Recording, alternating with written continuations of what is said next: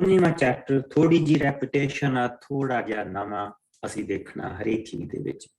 ਅਸੀਂ ਜੋ ਕੁਛ ਪਿੱਛੇ ਨੰਬਰਸ ਦੇ ਵਿੱਚ ਪੜ੍ਹ ਕੇ ਆਏ ਹਾਂ, ਗਿਣਤੀ ਦੇ ਵਿੱਚ ਪੜ੍ਹ ਕੇ ਆਏ ਹਾਂ, ਅਸੀਂ ਦੇਖਣਾ ਕਿ ਥੋੜੀਆਂ ਚੀਜ਼ਾਂ ਐਸੀਆਂ ਜਿਨ੍ਹਾਂ ਦੀ ਰੈਪੀਟੇਸ਼ਨ ਆ, ਲੇਕਿਨ ਥੋੜੀਆਂ ਚੀਜ਼ਾਂ ਐਸੀਆਂ ਜਿਹੜੀਆਂ ਹੁਣ ਇੱਥੇ ਆ ਕੇ ਉਹਨਾਂ ਨੂੰ ਹੋਰ ਖੋਲ ਕੇ ਸਾਨੂੰ ਦੱਸਿਆ ਗਿਆ ਪ੍ਰਭੂ ਦੇ ਦੁਆਰਾ।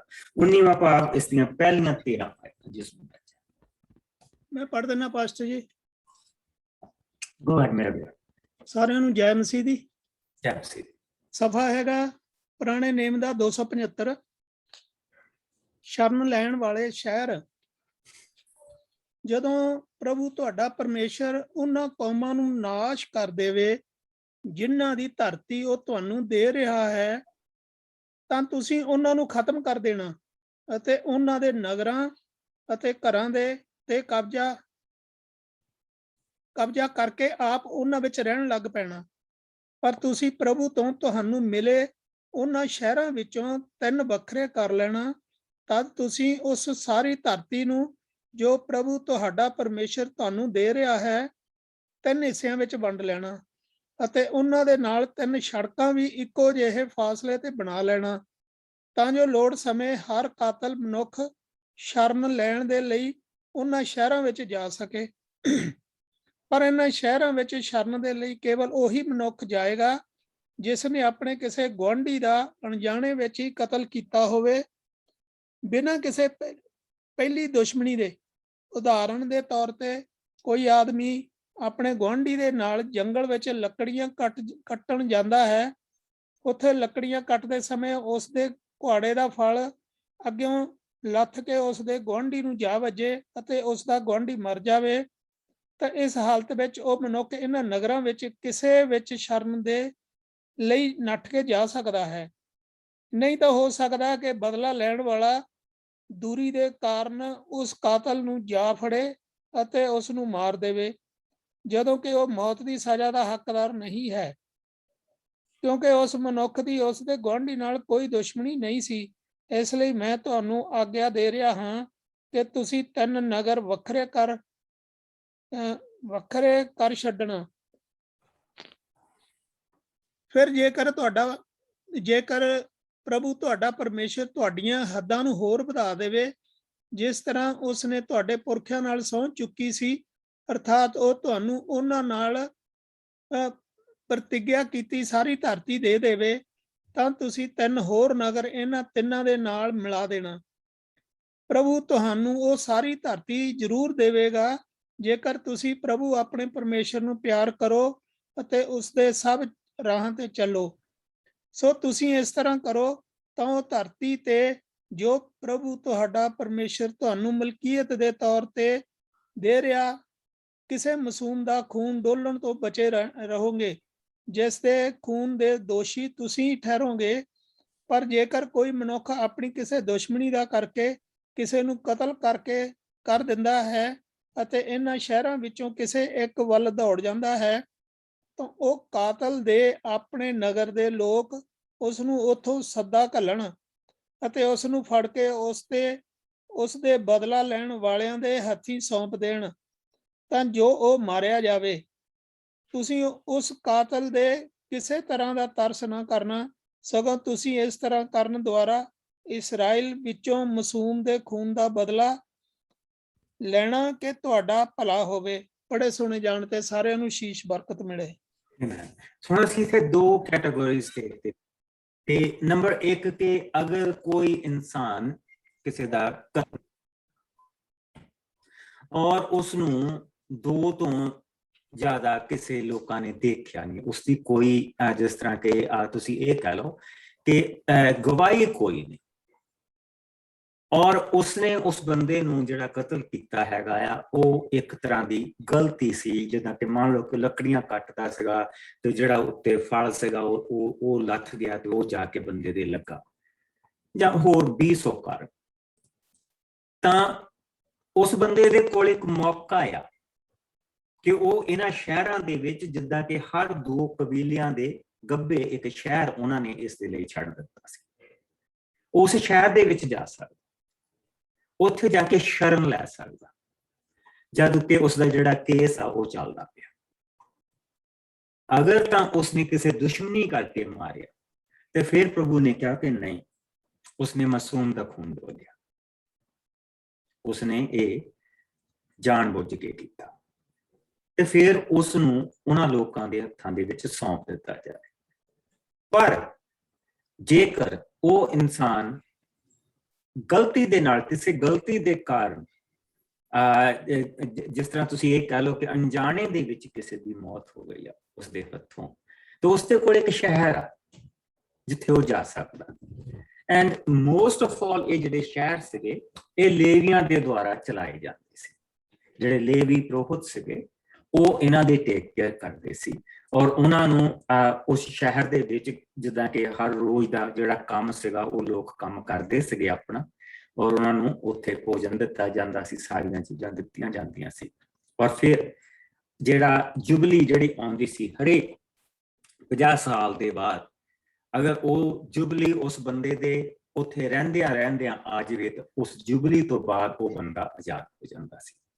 ਸੋ ਅਸੀਂ ਇਹਨਾਂ ਚੀਜ਼ਾਂ ਦੇ ਬਾਰੇ ਥੋੜਾ ਜਿਹਾ ਅੱਗੇ ਜਾ ਕੇ ਅਸੀਂ ਫਿਰ ਦੇਖਾਂਗੇ, ਬਿਕਾਜ਼ ਦੈਟ ਵਾਸ ਦਾ ਹਰੇਕ 50 ਸਾਲ ਬਾਅਦ ਜਿਹੜਾ ਸਾਲ ਇੱਕ ਸਾਲ ਆਉਂਦਾ ਸੀ ਉਹ ਹਮੇਸ਼ਾ ਉਸ ਸਾਲ ਦੇ ਵਿੱਚ ਇਹ ਮਨਾਉਂਦੇ ਸੀ, ਇਹ ਦਿਨ ਮਨਾਉਂਦੇ ਸੀਗੇ। ਉਹ ਸਾਲ ਹੀ ਸਾਰਾ ਸਾਲ ਹੀ ਮਨਾਇਆ ਸੀ, ਔਰ ਉਸ ਦੇ ਨਾਲ ਲੋਕਾਂ ਨੂੰ ਬਹੁਤ ਆਜ਼ਾਦੀ ਦਾ ਮੂੰਹ ਇੱਕ ਵਾਰ ਫਿਰ ਦੇਖਣ ਨੂੰ ਮਿਲਦਾ ਸੀ, ਔਰ ਬਹੁਤ ਸਾਰੇ ਲੋਕਾਂ ਦਾ ਜਿਹੜਾ ਉਹਨਾਂ ਨੇ ਉਧਾਰ ਲਿਆ ਸੀ ਉਹ ਮਾਫ ਹੋ ਜਾਂਦਾ ਸੀ।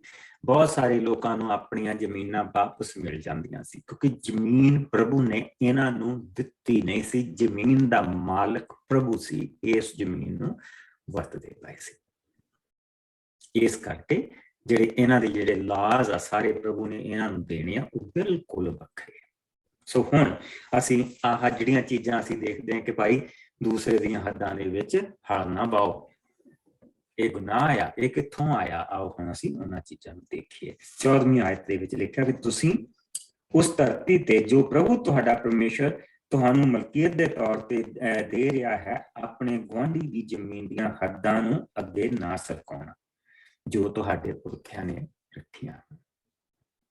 ਸੋ ਇਹ ਅਸੀਂ ਉੱਥੇ ਹਿੰਦੁਸਤਾਨ 'ਚ ਬਹੁਤ ਇਹ ਗੱਲ ਨੂੰ ਸੁਣਦੇ ਹਾਂ ਕਿ ਕਦੀ ਵੀ ਦੂਜੇ ਦੀ ਹੱਦ ਦੇ ਵਿੱਚ ਹੜ ਨਾ ਪਾਓ, ਦੂਸਰੇ ਦੀ ਹੱਦ ਦੇ ਵਿੱਚ ਤੁਸੀਂ ਆਪਣੀ ਫਸਲ ਨਾ ਬੀਜੋ, ਕਿਉਂਕਿ ਪ੍ਰਭੂ ਤੁਹਾਨੂੰ ਉਸ ਦੀ ਸਜ਼ਾ ਦੇਗਾ। ਅਸੀਂ ਇਹਨਾਂ ਚੀਜ਼ਾਂ ਨੂੰ ਹਿੰਦੁਸਤਾਨ ਦੇ ਵਿੱਚ ਵੀ ਵਰਤਦੇ ਹਾਂ। ਆਓ ਹੁਣ 15 ਆਇਤ ਤੋਂ ਲੈ ਕੇ ਇਸ ਚੈਪਟਰ ਦੇ ਐਂਡ ਤੱਕ ਇਸ ਨੂੰ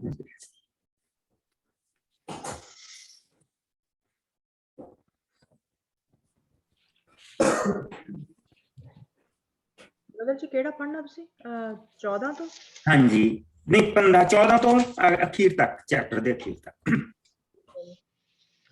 ਤੁਸੀਂ ਉਸ ਧਰਤੀ ਤੇ ਜੋ ਪ੍ਰਭੂ ਤੁਹਾਡਾ ਪਰਮੇਸ਼ਵਰ ਤੁਹਾਨੂੰ ਮਲਕੀਅਤ ਦੇ ਤੌਰ ਤੇ ਦੇ ਰਿਹਾ ਹੈ, ਆਪਣੇ ਗੁਆਂਢੀ ਦੀ ਜ਼ਮੀਨ ਦੀਆਂ ਹੱਦਾਂ ਅੱਗੇ ਨਾ ਸਰਕਾਉਣਾ ਜੋ ਤੁਹਾਡੇ ਪੁਰਖਿਆਂ ਨੇ ਆਪ ਰੱਖੀਆਂ ਸਨ। ਤੁਸੀਂ ਕਿਸੇ ਮਨੁੱਖ ਨੂੰ ਕੇਵਲ ਇੱਕੋ ਗਵਾਹੀ ਦੇ ਆਧਾਰ ਤੇ ਉਸਦੇ ਕੀਤੇ ਅਪਰਾਧ ਜਾਂ ਕੀਤੇ ਪਾਪ ਦੇ ਬਦਲੇ ਦੋਸ਼ੀ ਨਾ ਠਹਿਰਾਣਾ, ਸਗੋਂ ਇਸ ਦੇ ਲਈ ਤੁਸੀਂ 2 ਜਾਂ 3 ਗਵਾਹਾਂ ਤੋਂ ਸਬੂਤ ਮੰਗਣਾ, ਇਸ ਦੇ ਪਿੱਛੋਂ ਹੀ ਤੁਸੀਂ ਉਸ ਨੂੰ ਦੋਸ਼ੀ ਜਾਂ ਨਿਰਦੋਸ਼ੀ ਠਹਿਰਾਣਾ। ਪਰ ਜੇਕਰ ਕੋਈ ਜਾਣ ਬੁੱਝ ਕੇ ਕਿਸੇ ਈਰਖਾ ਕਾਰਨ ਕਿਸੇ ਦੇ ਵਿਰੁੱਧ ਝੂਠੀ ਗਵਾਹੀ ਦੇ ਕੇ ਉਸ ਦਾ ਨੁਕਸਾਨ ਕਰਨਾ ਚਾਹੇ, ਤਾਂ ਉਹ ਦੋਵੇਂ ਧਿਰਾਂ ਜਿਨ੍ਹਾਂ ਵਿੱਚ ਝਗੜਾ ਹੈ ਪ੍ਰਭੂ ਦੇ ਸਾਹਮਣੇ ਹਾਜ਼ਰ ਹੋਣ, ਅਰਥਾਤ ਉਸ ਸਮੇਂ ਦੇ ਪੁਰੋਤਾਂ ਅਤੇ ਨਿਆਂਕਰਤਾਵਾਂ ਦੇ ਸਾਹਮਣੇ। ਤਦ ਨਿਆਂਕਰਤਾ ਉਸ ਸਾਰੇ ਮਾਮਲੇ ਦੀ ਚੰਗੀ ਤਰ੍ਹਾਂ ਨਾਲ ਜਾਂਚ ਪੜਤਾਲ ਕਰਨ, ਅਤੇ ਜੇਕਰ ਇਹ ਸਿੱਧ ਹੋ ਜਾਵੇ ਕਿ ਗਵਾਹ ਝੂਠਾ ਹੈ ਅਤੇ ਉਸਨੇ ਆਪਣੇ ਭਰਾ ਨੂੰ ਐਵੇਂ ਦੋਸ਼ੀ ਸਿੱਧ ਕਰਨ ਦੀ ਕੋਸ਼ਿਸ਼ ਕੀਤੀ ਹੈ, ਤਾਂ ਤੁਸੀਂ ਉਸ ਨੂੰ ਠੀਕ ਉਹੀ ਸਜ਼ਾ ਦੇਵੋ ਜੋ ਉਸਨੇ ਆਪਣੇ ਗੁਆਂਢੀ ਨੂੰ ਦਬਾਉਣ ਦੀ ਕੋਸ਼ਿਸ਼ ਕੀਤੀ ਸੀ। ਇਸ ਤਰ੍ਹਾਂ ਤੁਸੀਂ ਆਪਣੇ ਵਿੱਚੋਂ ਬੁਰਾਈ ਦਾ ਨਾਸ਼ ਕਰੋਗੇ। ਤਦ ਬਾਕੀ ਸਭ ਲੋਕ ਇਹ ਸੁਣਨਗੇ ਅਤੇ ਡਰਨਗੇ, ਤਾਂ ਉਹ ਅੱਗੇ ਤੋਂ ਤੁਹਾਡੇ ਵਿਚਕਾਰ ਇਹੋ ਜਿਹੀ ਬੁਰਾਈ ਕਰਨ ਦੀ ਨਹੀਂ ਸੋਚਣਗੇ। ਤੁਸੀਂ ਕਿਸੇ ਤਰ੍ਹਾਂ ਦਾ ਤਰਸ ਨਾ ਕਰਨਾ, ਸਗੋਂ ਜਾਨ ਦੇ ਬਦਲੇ ਜਾਨ, ਅੱਖ ਦੇ ਬਦਲੇ ਅੱਖ, ਦੰਦ ਦੇ ਬਦਲੇ ਦੰਦ, ਹੱਥ ਦੇ ਬਦਲੇ ਹੱਥ ਅਤੇ ਪੈਰ ਦੇ ਬਦਲੇ ਪੈਰ ਲਿਆ ਜਾਵੇ।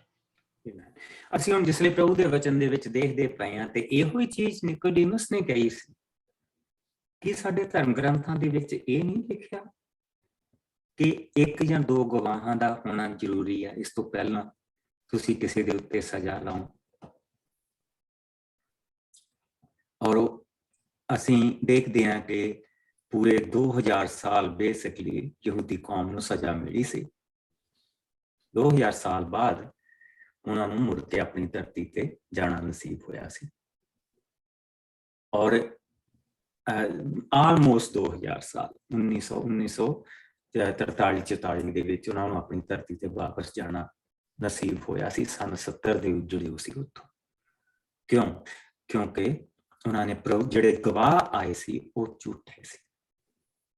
ਜਿਨ੍ਹਾਂ ਨੇ ਪ੍ਰਭੂ ਯਿਸੂ ਮਸੀਹ ਦੇ ਲਈ ਗਵਾਹੀ ਦਿੱਤੀ ਸੀ ਉਹ ਗਵਾਹ ਝੂਠੇ ਸੀ, ਔਰ ਉਸ ਦੀ ਸਜ਼ਾ ਸਾਰੀ ਕੌਮ ਨੂੰ ਮਿਲੀ, ਕਿਉਂਕਿ ਸਾਰੀ ਕੌਮ ਨੇ ਉੱਥੇ ਖੜੇ ਹੋ ਕੇ ਕਿਹਾ ਸੀ ਕਿ ਇਸ ਨੂੰ ਸਲੀਬ ਦਿਓ। ਤੇ ਪਿਲਾਤੁਸ ਨੇ ਪੁੱਛਿਆ ਸੀ ਕਿ ਇਹ ਨਿਰਦੋਸ਼ ਆ, ਮੈਂ ਇਸ ਦੇ ਲਹੂ ਦਾ ਜਿਹੜਾ ਉਹ ਤੋਂ ਆਪਣੇ ਹੱਥ ਧੋਣਾ। ਤੇ ਉਹ ਕਹਿੰਦੇ ਸੀ ਇਹ ਸਾਡੇ ਤੇ ਸਾਡੀ ਸੰਤਾਨ ਤੇ ਆਪ ਹੋਵੇ।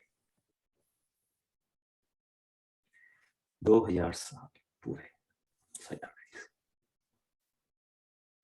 ਅੰਤ ਦੇ ਵਿੱਚ ਹਿਟਲਰ ਨੇ ਸੈਕੰਡ ਵਰਲਡ ਵਾਰ ਦੇ ਵਿੱਚ 6 ਮਿਲੀਅਨ ਯਹੂਦੀ ਮਾਰੇ ਸੀ। ਜਿਹੜੇ ਫੜਨ ਗਏ ਉਹ ਮਾਰ ਦਿੱਤੇ, ਉਹ ਵੱਖਰੇ ਸੀਗੇ। ਜਿਨ੍ਹਾਂ ਦੀਆਂ ਹੱਡੀਆਂ ਮਿਲੀਆਂ ਉਹ 6 ਮਿਲੀਅਨ ਸੀ। 6 ਮਿਲੀਅਨ ਬੱਟੀਆਂ ਨਹੀਂ ਗਿਣ ਹੁੰਦੀਆਂ।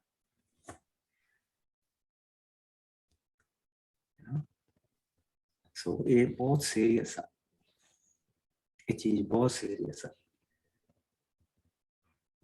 ਆਈ ਨੋ ਉਸ ਸਮੇਂ ਦੇ ਵਿੱਚ ਜੀ ਰਹੇ ਹਾਂ ਜਿੱਥੇ ਪੋਲੀਟੀਕਲੀ ਇਨਕਰੈਕਟ ਕਹੀ ਆ, ਇਹ ਪੋਲੀਟੀਕਲੀ ਇਨਕਰੈਕਟ ਹੈ ਇਹ ਚੀਜ਼ ਕਹਿਣ, but that's the reality, that's the reality। ਔਰ ਹਿਸਟਰੀ ਦੇ ਵਿੱਚ ਹੋ ਕੇ ਹਟੀ ਇਹ ਰਿਐਲਿਟੀ ਅਸੀਂ ਦੇਖਿਆ। ਸੋ ਇਹਨਾਂ ਚੀਜ਼ਾਂ ਨੂੰ ਬਹੁਤ ਸਾਨੂੰ ਧਿਆਨ ਦੇ ਨਾਲ ਲੈਣਾ ਚਾਹੀਦਾ, ਔਰ ਖਾਸ ਕਰਕੇ ਜਿਸ ਵੇਲੇ ਕੋਈ ਬੰਦਾ ਕਿਸੇ ਦੀ ਦੂਜੇ ਦੀ ਗੱਲ ਕਰਦਾ ਪਿਆ ਨਾ, ਅਗਰ ਤੁਹਾਨੂੰ ਨਹੀਂ ਪਤਾ, ਡੋਂਟ ਪਾਰਟਿਸਿਪੇਟ ਇਨ ਇਟ। ਜਿਹੜੀ ਇਲਜ਼ਾਮਬਾਜ਼ੀ ਹੋ ਰਹੀ ਹੁੰਦੀ ਹੈ, it's better to stay quiet. ਬਦਲ ਦੇ ਗੱਲ ਨੂੰ, ਬਦਲ ਹੋਰ ਗੱਲ ਕਰ ਲਓ, ਸ਼ੁਰੂ ਕਰ ਦੇ, ਕੋਸ਼ਿਸ਼ ਕਰੋ। ਇਸ ਵਿੱਚ ਬਰਕਤ, ਇਹ ਵਿੱਚ ਬਰਕਤ। ਸੋ ਇਹ ਪ੍ਰਭੂ ਨੇ ਇਹਨਾਂ ਚੀਜ਼ਾਂ ਨੂੰ ਇੰਨੇ ਸੌਖੇ ਨਹੀਂ ਲਿਆ, ਹਾਉਪਰੇ ਨਹੀਂ ਕੀਤਾ। ਜੇ ਇਹਨਾਂ ਲੋਕਾਂ ਨੇ ਇਹ ਕੰਮ ਕੀਤੇ ਤੇ ਪ੍ਰਭੂ ਨੇ ਇਹਨਾਂ ਨੂੰ ਸਜ਼ਾ ਦਿੱਤੀ। ਠੀਕ, ਸੋ ਆਓ ਹੁਣ ਅਸੀਂ ਚਲੀਏ 20ਵੇਂ ਪਾਠ ਦੇ ਵਿੱਚ। 20ਵੇਂ ਪਾਠ ਦੇ ਵਿੱਚ ਬੇਸਿਕਲੀ ਲੜਾਈ ਦੇ ਨਿਯਮ ਸਾਰੇ ਤੇ ਪਹਿਲੀਆਂ 9 ਆਇਤਾਂ ਪੜਾਂਗੇ, ਫਿਰ ਆਪਾਂ 10 ਤੋਂ 20 ਤੱਕ ਦੇਖਾਂ। ਮੈਂ ਪੜ੍ਹ ਦਿੰਦੀ ਬਸ। ਲੜਾਈ ਸੰਬੰਧੀ ਨਿਯਮ। ਜਦੋਂ ਤੁਸੀਂ ਲੜਾਈ ਦੇ ਲਈ ਮੈਦਾਨ ਦੇ ਵਿੱਚ ਜਾਵੋ ਤਾਂ ਆਪਣੇ ਦੁਸ਼ਮਣਾਂ ਦੇ ਘੋੜਿਆਂ, ਰਥਾਂ ਅਤੇ ਲੋਕਾਂ ਦੀ ਬਹੁਤ ਗਿਣਤੀ ਵੇਖ ਕੇ ਡਰ ਨਾ ਜਾਣਾ, ਕਿਉਂਕਿ ਉਸ ਸਮੇਂ ਪ੍ਰਭੂ ਤੁਹਾਡਾ ਪਰਮੇਸ਼ਰ ਜੋ ਤੁਹਾਨੂੰ ਮਿਸਰ ਦੇਸ਼ ਵਿੱਚੋਂ ਕੱਢ ਕੇ ਲਿਆਇਆ ਸੀ ਤੁਹਾਡੇ ਨਾਲ ਹੈ। ਪਰ ਤੁਹਾਡੇ ਲੜਾਈ ਦੇ ਲਈ ਕੂਚ ਕਰਨ ਤੋਂ ਪਹਿਲਾਂ ਪੁਰੋਹਿਤ ਅੱਗੇ ਆ ਕੇ ਲੋਕਾਂ ਨੂੰ ਇਸ ਤਰ੍ਹਾਂ ਕਹੇ, ਇਜ਼ਰਾਈਲ ਦੇ ਲੋਕੋ ਸੁਣੋ, ਤੁਸੀਂ ਅੱਜ ਆਪਣੇ ਦੁਸ਼ਮਣ ਦੇ ਵਿਰੁੱਧ ਲੜਨ ਲਈ ਜਾ ਰਹੇ ਹੋ। ਇਸ ਤੋਂ ਤੁਹਾਡੇ ਦਿਲ ਕਿਸੇ ਤਰ੍ਹਾਂ ਵੀ ਨਾ ਘਬਰਾਉਣ, ਨਾ ਹੀ ਤੁਸੀਂ ਡਰੋ ਜਾਂ ਕੰਬੋ, ਤੇ ਨਾ ਹੀ ਆਪਣੇ ਦੁਸ਼ਮਣਾਂ ਦਾ ਕਿਸੇ ਤਰ੍ਹਾਂ ਦਾ ਭੈ ਖਾਵੋ। ਤੁਹਾਡੇ ਨਾਲ ਪ੍ਰਭੂ ਤੁਹਾਡਾ ਪਰਮੇਸ਼ਰ ਤੁਹਾਡੇ ਦੁਸ਼ਮਣਾਂ ਦੇ ਵਿਰੁੱਧ ਲੜਨ ਲਈ ਜਾ ਰਿਹਾ ਹੈ ਅਤੇ ਉਹ ਤੁਹਾਨੂੰ ਜਿੱਤ ਦੇਵੇਗਾ। ਇਸ ਦੇ ਪਿੱਛੇ ਸੈਨਾਪਤੀ ਆ ਕੇ ਲੋਕਾਂ ਨੂੰ ਇਸ ਤਰ੍ਹਾਂ ਕਹਿਣ, ਕੀ ਤੁਹਾਡੇ ਵਿੱਚ ਕੋਈ ਇਹੋ ਜਿਹਾ ਮਨੁੱਖ ਹੈ ਜਿਸ ਨੇ ਨਵਾਂ ਘਰ ਬਣਾਇਆ ਹੋਵੇ ਪਰ ਉਸਨੇ ਅਜੇ ਚੱਠ ਨਾ ਕੀਤੀ ਹੋਵੇ? ਇਹੋ ਜਿਹਾ ਮਨੁੱਖ ਵਾਪਸ ਚਲਾ ਜਾਵੇ, ਨਹੀਂ ਤਾਂ ਹੋ ਸਕਦਾ ਹੈ ਕਿ ਉਹ ਲੜਾਈ ਵਿੱਚ ਮਾਰਿਆ ਜਾਵੇ ਤੇ ਕੋਈ ਦੂਜਾ ਮਨੁੱਖ ਉਸਦੇ ਘਰ ਦੀ ਚੱਟ ਕਰੇ। ਫਿਰ ਕੀ ਤੁਹਾਡੇ ਵਿੱਚ ਕੋਈ ਇਹੋ ਜਿਹਾ ਮਨੁੱਖ ਹੈ ਜਿਸ ਨੇ ਕੁਝ ਹੀ ਸਮੇਂ ਪਹਿਲਾਂ ਅੰਗੂਰਾਂ ਦਾ ਬਗੀਚਾ ਲਾਇਆ ਹੋਵੇ ਪਰ ਅਜੇ ਉਸਨੇ ਉਸਦਾ ਫਲ ਨਾ ਖਾਧਾ ਹੋਵੇ? ਇਹੋ ਜਿਹਾ ਮਨੁੱਖ ਵੀ ਵਾਪਸ ਆਪਣੇ ਘਰ ਨੂੰ ਮੁੜ ਜਾਵੇ, ਨਹੀਂ ਤਾਂ ਹੋ ਸਕਦਾ ਹੈ ਕਿ ਉਹ ਲੜਾਈ ਵਿੱਚ ਮਾਰਿਆ ਜਾਵੇ ਤੇ ਕੋਈ ਦੂਜਾ ਮਨੁੱਖ ਉਸਦੇ ਬਗੀਚੇ ਦਾ ਫਲ ਖਾਵੇ। ਇਸੇ ਤਰ੍ਹਾਂ ਕੀ ਤੁਹਾਡੇ ਵਿੱਚ ਕੋਈ ਇਹੋ ਜਿਹਾ ਮਨੁੱਖ ਹੈ ਜਿਸ ਦੀ ਕੁਝ ਚਿਰ ਪਹਿਲਾਂ ਮੰਗਣੀ ਹੋਈ ਹੋਵੇ ਪਰ ਅਜੇ ਉਸਦਾ ਵਿਆਹ ਨਾ ਹੋਇਆ ਹੋਵੇ? ਇਹੋ ਜਿਹਾ ਮਨੁੱਖ ਵੀ ਵਾਪਸ ਆਪਣੇ ਘਰ ਨੂੰ ਚਲਾ ਜਾਵੇ, ਨਹੀਂ ਤਾਂ ਹੋ ਸਕਦਾ ਹੈ ਕਿ ਉਹ ਲੜਾਈ ਵਿੱਚ ਮਾਰਿਆ ਜਾਵੇ ਤੇ ਕੋਈ ਦੂਜਾ ਮਨੁੱਖ ਉਸ ਦੀ ਹੋਣ ਵਾਲੀ ਪਤਨੀ ਨਾਲ ਵਿਆਹ ਕਰੇ। ਤਦ ਫੌਜੀ ਅਫਸਰ ਲੋਕਾਂ ਨੂੰ ਅੱਗੇ ਇਸ ਤਰ੍ਹਾਂ ਨਾਲ ਕਹਿਣ, ਕੀ ਤੁਹਾਡੇ ਵਿੱਚ ਕੋਈ ਇਹੋ ਜਿਹਾ ਮਨੁੱਖ ਹੈ ਜੋ ਲੜਾਈ ਤੋਂ ਡਰ ਰਿਹਾ ਹੈ ਤੇ ਇਸੇ ਕਾਰਨ ਉਸਦਾ ਦਿਲ ਬੈਠ ਰਿਹਾ ਹੈ? ਇਹੋ ਜਿਹਾ ਮਨੁੱਖ ਵੀ ਆਪਣੇ ਘਰ ਨੂੰ ਵਾਪਸ ਚਲਾ ਜਾਵੇ, ਨਹੀਂ ਤਾਂ ਹੋ ਸਕਦਾ ਹੈ ਕਿ ਉਹ ਆਪਣੇ ਸਾਥੀਆਂ ਦਾ ਹੌਸਲਾ ਤੋੜਨ ਵਾਲਾ ਠਹਿਰੇ। ਜਦੋਂ ਸੈਨਾਪਤੀ ਬੋਲ ਹਟਣ ਤਾਂ ਫਿਰ ਲੋਕਾਂ ਉੱਤੇ ਜੰਗੀ ਹਾਕਮ ਠਹਿਰਾਏ ਜਾਣ। ਇੱਥੇ ਤੇ ਪੜ੍ਹਨ ਵਾਸਤੇ ਪਹਿਲਾਂ ਇਹੋ ਆਇਤਾਂ ਅਸੀਂ ਪੜ੍ਹ ਕਿੰਨਾ ਜੰਗ ਦੇ ਲਈ ਵੀ ਪ੍ਰਭੂ ਦੀ ਦਇਆ ਕਿੰਨੀ ਵੱਡੀ ਹੈ। ਜੰਗ ਦੇ ਲਈ ਜਿਸ ਤਰ੍ਹਾਂ ਉਹਨਾਂ ਨੂੰ ਪ੍ਰਭੂ ਘੱਲਦਾ ਪਿਆ ਆ, ਉਸਨੂੰ ਪਤਾ ਕਿ ਜੰਗ ਤਾਂ ਮੈਂ ਕਰਨੀ, ਇਹ ਤਾਂ ਕਬਜ਼ਾ ਕਰਨ ਜਾ ਰਹੇ। ਪਰ ਹੋ ਸਕਦਾ ਕਿਉਂਕਿ ਇਹ ਜਿੰਨਿਆਂ ਲੋਕਾਂ ਦੇ ਨਾਮ ਲਏ ਆ, ਇਹਨਾਂ ਦਾ ਧਿਆਨ ਪਿੱਛੇ ਲੱਗਾ ਹੈ। ਜਿਹਨੇ ਘਰ ਬਣਾਇਆ ਉਹਦਾ ਧਿਆਨ ਵੀ ਪਿੱਛੇ ਲੱਗਾ ਹੈ, ਜਿਹਦਾ ਵਿਆਹ ਹੋਣ ਵਾਲਾ ਉਹਦਾ ਵੀ ਧਿਆਨ ਪਿੱਛੇ ਲੱਗਾ ਹੈ, ਜਿਹਨੇ ਅੰਗੂਰਾਂ ਦਾ ਬਾਗ ਲਾਇਆ ਉਹਦਾ ਧਿਆਨ ਵੀ ਪਿੱਛੇ ਲੱਗਾ ਹੈ। ਜਿਹੜਾ ਵਿਚਾਰਾ ਮੇਰੇ ਵਰਗਾ ਡਰਪੋਕ ਆ ਉਹ ਤਾਂ ਉਹਨੇ ਤਾਂ ਉਹਦੀਆਂ ਤਾਂ ਕੀ ਗੱਲਾਂ। ਉਹ ਕਹਿੰਦਾ ਤੂੰ ਆਪ ਵੀ ਰੋਣਾ ਪਿੱਟਣਾ ਤੇ ਤੂੰ ਬਾਕੀਆਂ ਦੇ ਦਿਲ ਵੀ ਤੋੜਨੇ, ਤਾਂ ਭਾਈ ਤੂੰ ਘਰ ਜਾ ਇਹਦੇ ਨਾਲ। ਸੋ ਇਹ ਪ੍ਰਭੂ ਨੇ ਕਿਹਾ। ਲੇਕਿਨ ਜਿਹੜੀ ਮੇਨ ਚੀਜ਼ ਹੈ ਇੱਥੇ ਉਹ ਇਹ ਆ ਕਿ ਜਿਸ ਵੇਲੇ ਕਾਸ਼ ਕਿ ਜਿਸ ਲਈ ਅਸੀਂ ਆਪਣੇ ਮਿਸ਼ਨਰੀ ਘੱਲਦੇ ਹਾਂ, ਅਸੀਂ ਉਹਨਾਂ ਦੇ ਲਈ ਇਹ ਦੁਆ ਕਰੀਏ, ਇਸ ਲਈ ਉਹਨਾਂ ਨੂੰ ਅਸੀਂ ਪ੍ਰਭੂ ਦੇ ਹੱਥਾਂ ਦੇ ਵਿੱਚ ਕਮਿਟ ਕਰਦੇ ਹਾਂ। ਤੇ ਉਹਨਾਂ ਦੇ ਲਈ ਕਿਉਂ ਨਾ ਉਹਨਾਂ ਦੇ ਲਈ ਇਹ ਦੁਆ ਕੀਤੀ ਜਾਏ, ਜਿਸ ਤਰ੍ਹਾਂ ਕਿ ਅਸੀਂ ਪ੍ਰਭੂ ਦੇ ਵਚਨ ਦੇ ਵਿੱਚ ਦੇਖਦੇ ਪਏ ਸੀ ਕਿ ਜਦੋਂ ਲੜਾਈ ਦੇ ਮੈਦਾਨ ਦੇ ਵਿੱਚ ਜਾਵੋ ਤਾਂ ਆਪਣੇ ਦੁਸ਼ਮਣਾਂ ਦੇ ਘੋੜਿਆਂ ਤੇ ਰੱਥਾਂ ਤੇ ਲੋਕਾਂ ਦੀਆਂ ਬਹੁਤ ਗਿਣਤੀ ਨੂੰ ਦੇਖ ਕੇ ਡਰਨਾ ਜਾਣਾ, ਕਿਉਂਕਿ ਉਸ ਸਮੇਂ ਪ੍ਰਭੂ ਤੁਹਾਡਾ ਪਰਮੇਸ਼ਰ ਜੋ ਤੁਹਾਨੂੰ ਮਿਸਰ ਦੇ ਦੇਸ਼ ਦੇ ਵਿੱਚੋਂ ਕੱਢ ਕੇ ਗਿਆ ਹੈ। Now that is the main thing ਕਿ ਜਿਸ ਲਈ ਪ੍ਰਭੂ ਤੁਹਾਨੂੰ ਕੱਢ ਕੇ ਲੈ ਕੇ ਆਇਆ ਤੇ ਤੁਹਾਡੇ ਇੱਕ ਲਾਠੀ ਸੀ ਮੂਸਾ ਦੀ, ਉਹਦੇ ਨਾਲ ਕੱਢ ਕੇ ਲੈ ਕੇ ਆਇਆ। ਤੁਹਾਨੂੰ ਉਹ ਚੀਜ਼ ਚੇਤੇ ਹੋਣੀ ਚਾਹੀਦੀ ਹੈ ਕਿ ਤੁਹਾਡਾ ਪ੍ਰਭੂ ਤੁਹਾਡੇ ਨਾਲ ਹੈ। ਪਰ ਤੁਹਾਡੇ ਲੜਾਈ ਦੇ ਲਈ ਕੂਚ ਕਰਨ ਤੋਂ ਪਹਿਲਾਂ ਪ੍ਰੋਤ ਅੱਗੇ ਆ ਕੇ ਇਸ ਤਰ੍ਹਾਂ ਕਹੇ, just think we are sending a missionary, ਔਰ ਉਹ ਦੁਸ਼ਮਣ ਦੇ ਇਲਾਕੇ ਦੇ ਵਿੱਚ ਜਾ ਰਿਹਾ। doesn't matter what, ਕਿਸੇ ਵੀ ਪਾਸੇ ਉਹ ਜਾ ਰਿਹਾ, ਦੁਸ਼ਮਣ ਦੇ ਇਲਾਕੇ ਦੇ ਵਿੱਚ। ਔਰ ਇਜ਼ਰਾਈਲ ਦੇ ਲੋਕੋ ਸੁਣੋ, ਅੱਜ ਆਪਣੇ ਦੁਸ਼ਮਣ ਦੇ ਵਿਰੁੱਧ ਲੜਨ ਦੇ ਲਈ ਜਾ ਰਹੇ ਹੋ। ਇਸ ਤੋਂ ਤੁਹਾਡੇ ਦਿਲ ਕਿਸੇ ਤਰ੍ਹਾਂ ਵੀ ਨਾ ਘਬਰਾਉਣ ਅਤੇ ਨਾ ਹੀ ਡਰੋ ਜਾਂ ਕੰਬੋ, ਤੇ ਨਾ ਹੀ ਆਪਣੇ ਦੁਸ਼ਮਣਾਂ ਦਾ ਕਿਸੇ ਤਰ੍ਹਾਂ ਦਾ ਭੈ ਖਾਵੋ। ਤੁਹਾਡੇ ਨਾਲ ਤੁਹਾਡਾ ਪ੍ਰਭੂ ਪਰਮੇਸ਼ਰ ਤੁਹਾਡੇ ਦੁਸ਼ਮਣਾਂ ਦੇ ਵਿਰੁੱਧ ਲੜਨ ਦੇ ਲਈ ਜਾ ਰਿਹਾ ਹੈ ਤੇ ਤੁਹਾਨੂੰ ਜਿੱਤਦਾ ਹੈ। ਕਿੰਨੀ ਪਿਆਰੀ ਦੁਆ ਹੈ। ਕਾਸ਼ ਅਸੀਂ ਇਹੋ ਜਿਹੀਆਂ ਦੁਆਵਾਂ ਦੇ ਨਾਲ ਆਪਣੇ ਲੋਕਾਂ ਨੂੰ ਤੋੜੀਏ, ਔਰ ਖਾਸ ਕਰਕੇ ਜਿਹੜੇ ਸਾਡੇ ਭੈਣ ਭਰਾ ਰੀਚ ਆਊਟ ਕਰਦੇ ਉਹਨਾਂ ਨੂੰ ਇਹਨਾਂ ਦੁਆਵਾਂ ਦੇ ਨਾਲ ਬਰਕਤ ਦੇ। Isn't that amazing? ਕਿ ਦੁਸ਼ਮਣ ਜਿਹੜਾ ਮੂੰਹ ਬੰਦ ਕਰ ਦਿੰਦਾ ਬਾਹਰ ਜਾ ਕੇ ਸਾਡੇ, ਇੰਨਾ ਹੌਸਲਾ ਹੋਵੇ ਅਗਰ ਸਹੀ ਦੁਆ ਕਰੀਏ ਤਾਂ, ਸਹੀ ਐਨਕਰੇਜਮੈਂਟ ਦਈਏ ਤਾਂ ਕਿ ਨਹੀਂ, it's not me, it's god with me. ਮੇਰੀ ਬੁੱਧੀ ਨਹੀਂ, ਜੋ ਕੁਛ ਮੈਂ ਸਿੱਖਿਆ ਆ ਉਹ ਨਹੀਂ, ਜੋ ਕੁਛ ਮੈਨੂੰ ਸਿਖਾਇਆ ਗਿਆ ਉਹ ਨਹੀਂ, ਮੇਰੇ ਨਾਲ ਪਵਿੱਤਰ ਆਤਮਾ ਹੈ। ਮੈਂ ਇਕੱਲਾ ਨਹੀਂ, ਯਿਸੂ ਦਾ ਸਾਥ ਹਾਂ। ਉਹ ਮੇਰੇ ਨਾਲ ਆ, ਉਹ ਮੇਰੇ ਵੱਲ ਆ। He's in me, with me and for me। और ਅਸੀਂ ਹਮੇਸ਼ਾ ਜਿੱਤ ਪਾ ਕੇ ਵਾਪਸ ਆਈਏ। ਔਰ ਦੂਸਰੀ ਚੀਜ਼ ਜਿਹੜੀ ਇਸ ਦੇ ਵਿੱਚ ਕਹੀ ਗਈ ਹੈ ਕਿ ਘੋੜਿਆਂ ਦਾ ਡਰ ਨਹੀਂ ਰੱਖਣਾ। ਅਗਾਂਹ ਜਾ ਕੇ ਸਾਨੂੰ ਇਹ ਵੀ ਕਿਹਾ ਗਿਆ ਕਿ ਲੜਾਈ ਦੇ ਘੋੜਿਆਂ ਦੇ ਉੱਤੇ ਆਪਣਾ ਵਿਸ਼ਵਾਸ ਰੱਖਣਾ ਮੂਰਖਤਾ ਹੈ, ਕਿਉਂਕਿ ਜਿੱਤ ਪ੍ਰਭੂ ਦੀ ਹੈ। ਔਰ ਫਿਰ ਇਹ ਵੀ ਕਿਹਾ ਘੋੜੇ ਤਿਆਰ ਕਰਨੇ ਸਾਡਾ ਕੰਮ, ਪਰ ਜਿੱਤ ਦੇਣੀ ਪ੍ਰਭੂ ਦੇ ਹੱਥਾਂ ਦੇ ਵਿੱਚ। ਉਹ ਸਾਰੀਆਂ ਜਿਹੜੀਆਂ ਆਇਤਾਂ ਅਸੀਂ ਗਾਂ ਜਾ ਕੇ ਪੜ੍ਹਦੇ ਹਾਂ, ਉਹ ਸਾਰੀਆਂ ਇੱਥੋਂ ਉਤਪੰਨ ਹੋਈਆਂ। This is the base of it। ਠੀਕ, ਸੋ ਆ ਹੁਣ ਅਸੀਂ 10 ਤੋਂ ਲੈ ਕੇ 20 ਤੱਕ ਇਸ ਨੂੰ ਦੇਖੀਏ। ਫਿਰ ਜਦੋਂ ਤੁਸੀਂ ਕਿਸੇ ਨਗਰ ਤੇ ਹੱਲਾ ਬੋਲਣ ਲੱਗੋ ਤਾਂ ਇਹ ਕਰਨ ਤੋਂ ਪਹਿਲਾਂ ਤੁਸੀਂ ਦੂਜੇ ਪਾਸੇ ਸਲਾਹ ਦਾ ਸੰਦੇਸ਼ ਘੱਲੋ। ਜੇਕਰ ਉਹ ਤੁਹਾਡੇ ਸਲਾਹ ਦੇ ਸੰਦੇਸ਼ ਨੂੰ ਮੰਨ ਲੈਣ ਅਤੇ ਨਗਰ ਦੇ ਦਰਵਾਜ਼ੇ ਤੁਹਾਡੇ ਲਈ ਖੋਲ ਦੇਣ ਤਾਂ ਉਸ ਅੰਦਰ ਜਿੰਨੇ ਵੀ ਲੋਕ ਹੋਣ ਉਹ ਸਭ ਤੁਹਾਡੀ ਸੇਵਾ ਦੇ ਲਈ ਤੁਹਾਡੇ ਵਪਾਰ ਕਰਨ ਵਾਲੇ ਬਣ ਜਾਣ। ਪਰ ਜੇਕਰ ਉਹ ਤੁਹਾਡੇ ਸੁਲਾਹ ਦੇ ਸੰਦੇਸ਼ ਨੂੰ ਨਾ ਮੰਨਣ, ਸਗੋਂ ਅੱਗੋਂ ਤੁਹਾਡੇ ਨਾਲ ਲੜਾਈ ਕਰਨ ਦੇ ਲਈ ਉੱਠ ਖੜੇ ਹੋਣ, ਤਾਂ ਤੁਸੀਂ ਉਸ ਨਗਰ ਨੂੰ ਆਪਣੀਆਂ ਫੌਜਾਂ ਨਾਲ ਘੇਰ ਲੈਣਾ। ਫਿਰ ਜਦੋਂ ਪ੍ਰਭੂ ਤੁਹਾਡਾ ਪਰਮੇਸ਼ਰ ਉਸ ਨਗਰ ਨੂੰ ਤੁਹਾਡੇ ਹੱਥੀਂ ਸੌਂਪ ਦੇਵੇ ਤਾਂ ਤੁਸੀਂ ਉਸ ਦਾ ਹਰ ਆਦਮੀ ਤਲਵਾਰ ਦੇ ਨਾਲ ਕਤਲ ਕਰ ਦੇਣਾ।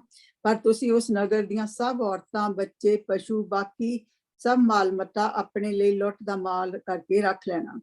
ਇਸ ਤਰ੍ਹਾਂ ਤੁਸੀਂ ਆਪਣੇ ਦੁਸ਼ਮਣਾਂ ਦੀਆਂ ਲੁੱਟ ਦੀਆਂ ਚੀਜ਼ਾਂ ਜੋ ਪ੍ਰਭੂ ਤੁਹਾਡਾ ਪਰਮੇਸ਼ਰ ਤੁਹਾਨੂੰ ਦੇ ਰਿਹਾ ਹੈ, ਆਪਣੇ ਲਈ ਵਰਤਣਾ। ਤੁਸੀਂ ਠੀਕ ਇਸੇ ਤਰ੍ਹਾਂ ਦੂਰ ਸਭ ਦੇ ਨਗਰਾਂ ਨਾਲ ਕਰਨਾ ਜੋ ਇਹਨਾਂ ਕੌਮਾਂ ਦੀ ਧਰਤੀ ਅਰਥਾਤ ਜਿੱਥੇ ਤੁਸੀਂ ਵਸੋਗੇ ਨਾਲ ਸੰਬੰਧਿਤ ਨਹੀਂ ਹਨ, ਪਰ ਇਹਨਾਂ ਕੌਮਾਂ ਦੇ ਨਗਰਾਂ ਦਾ ਜੋ ਪ੍ਰਭੂ ਤੁਹਾਡਾ ਪਰਮੇਸ਼ਰ ਤੁਹਾਨੂੰ ਮਲਕੀਅਤ ਦੇ ਤੌਰ ਤੇ ਦੇ ਰਿਹਾ ਹੈ, ਕੋਈ ਸਾਹ ਲੈਣ ਵਾਲਾ ਪ੍ਰਾਣੀ ਤੁਸੀਂ ਜਿਉਂਦਾ ਨਾ ਰਹਿਣ ਦੇਣਾ। ਗੱਲ ਕੀ ਤੁਸੀਂ ਇਹਨਾਂ ਕੌਮਾਂ ਦਾ ਪ੍ਰਭੂ ਆਪਣੇ ਪਰਮੇਸ਼ਰ ਦੇ ਹੁਕਮ ਅਨੁਸਾਰ ਨਾਮੋ ਨਿਸ਼ਾਨ ਮਿਟਾ ਦੇਣਾ। ਹਿੱਤੀਆਂ ਦਾ, ਮੋਰੀਆਂ ਦਾ, ਕਨਾਨੀਆਂ ਦਾ, ਫਰਿੱਜੀਆਂ ਦਾ, ਹਿਵੀਆਂ ਦਾ, ਜਬੂਸੀਆਂ ਦਾ, ਇਹਨਾਂ ਨੂੰ ਬਿਲਕੁਲ ਖਤਮ ਕਰ ਦੇਣਾ ਕਿ ਕਿਤੇ ਇਹ ਲੋਕ ਆਪਣੇ ਘਿਨਾਉਣੇ ਕੰਮ ਜੋ ਇਹ ਆਪਣੇ ਦੇਵਤਿਆਂ ਲਈ ਕਰਦੇ ਹਨ ਤੁਹਾਨੂੰ ਵੀ ਸਿਖਾ ਨਾ ਦੇਣ ਅਤੇ ਤੁਸੀਂ ਇਸ ਤਰ੍ਹਾਂ ਨਾਲ ਪ੍ਰਭੂ ਆਪਣੇ ਪਰਮੇਸ਼ਰ ਦੇ ਵਿਰੁੱਧ ਪਾਪ ਕਰੋ।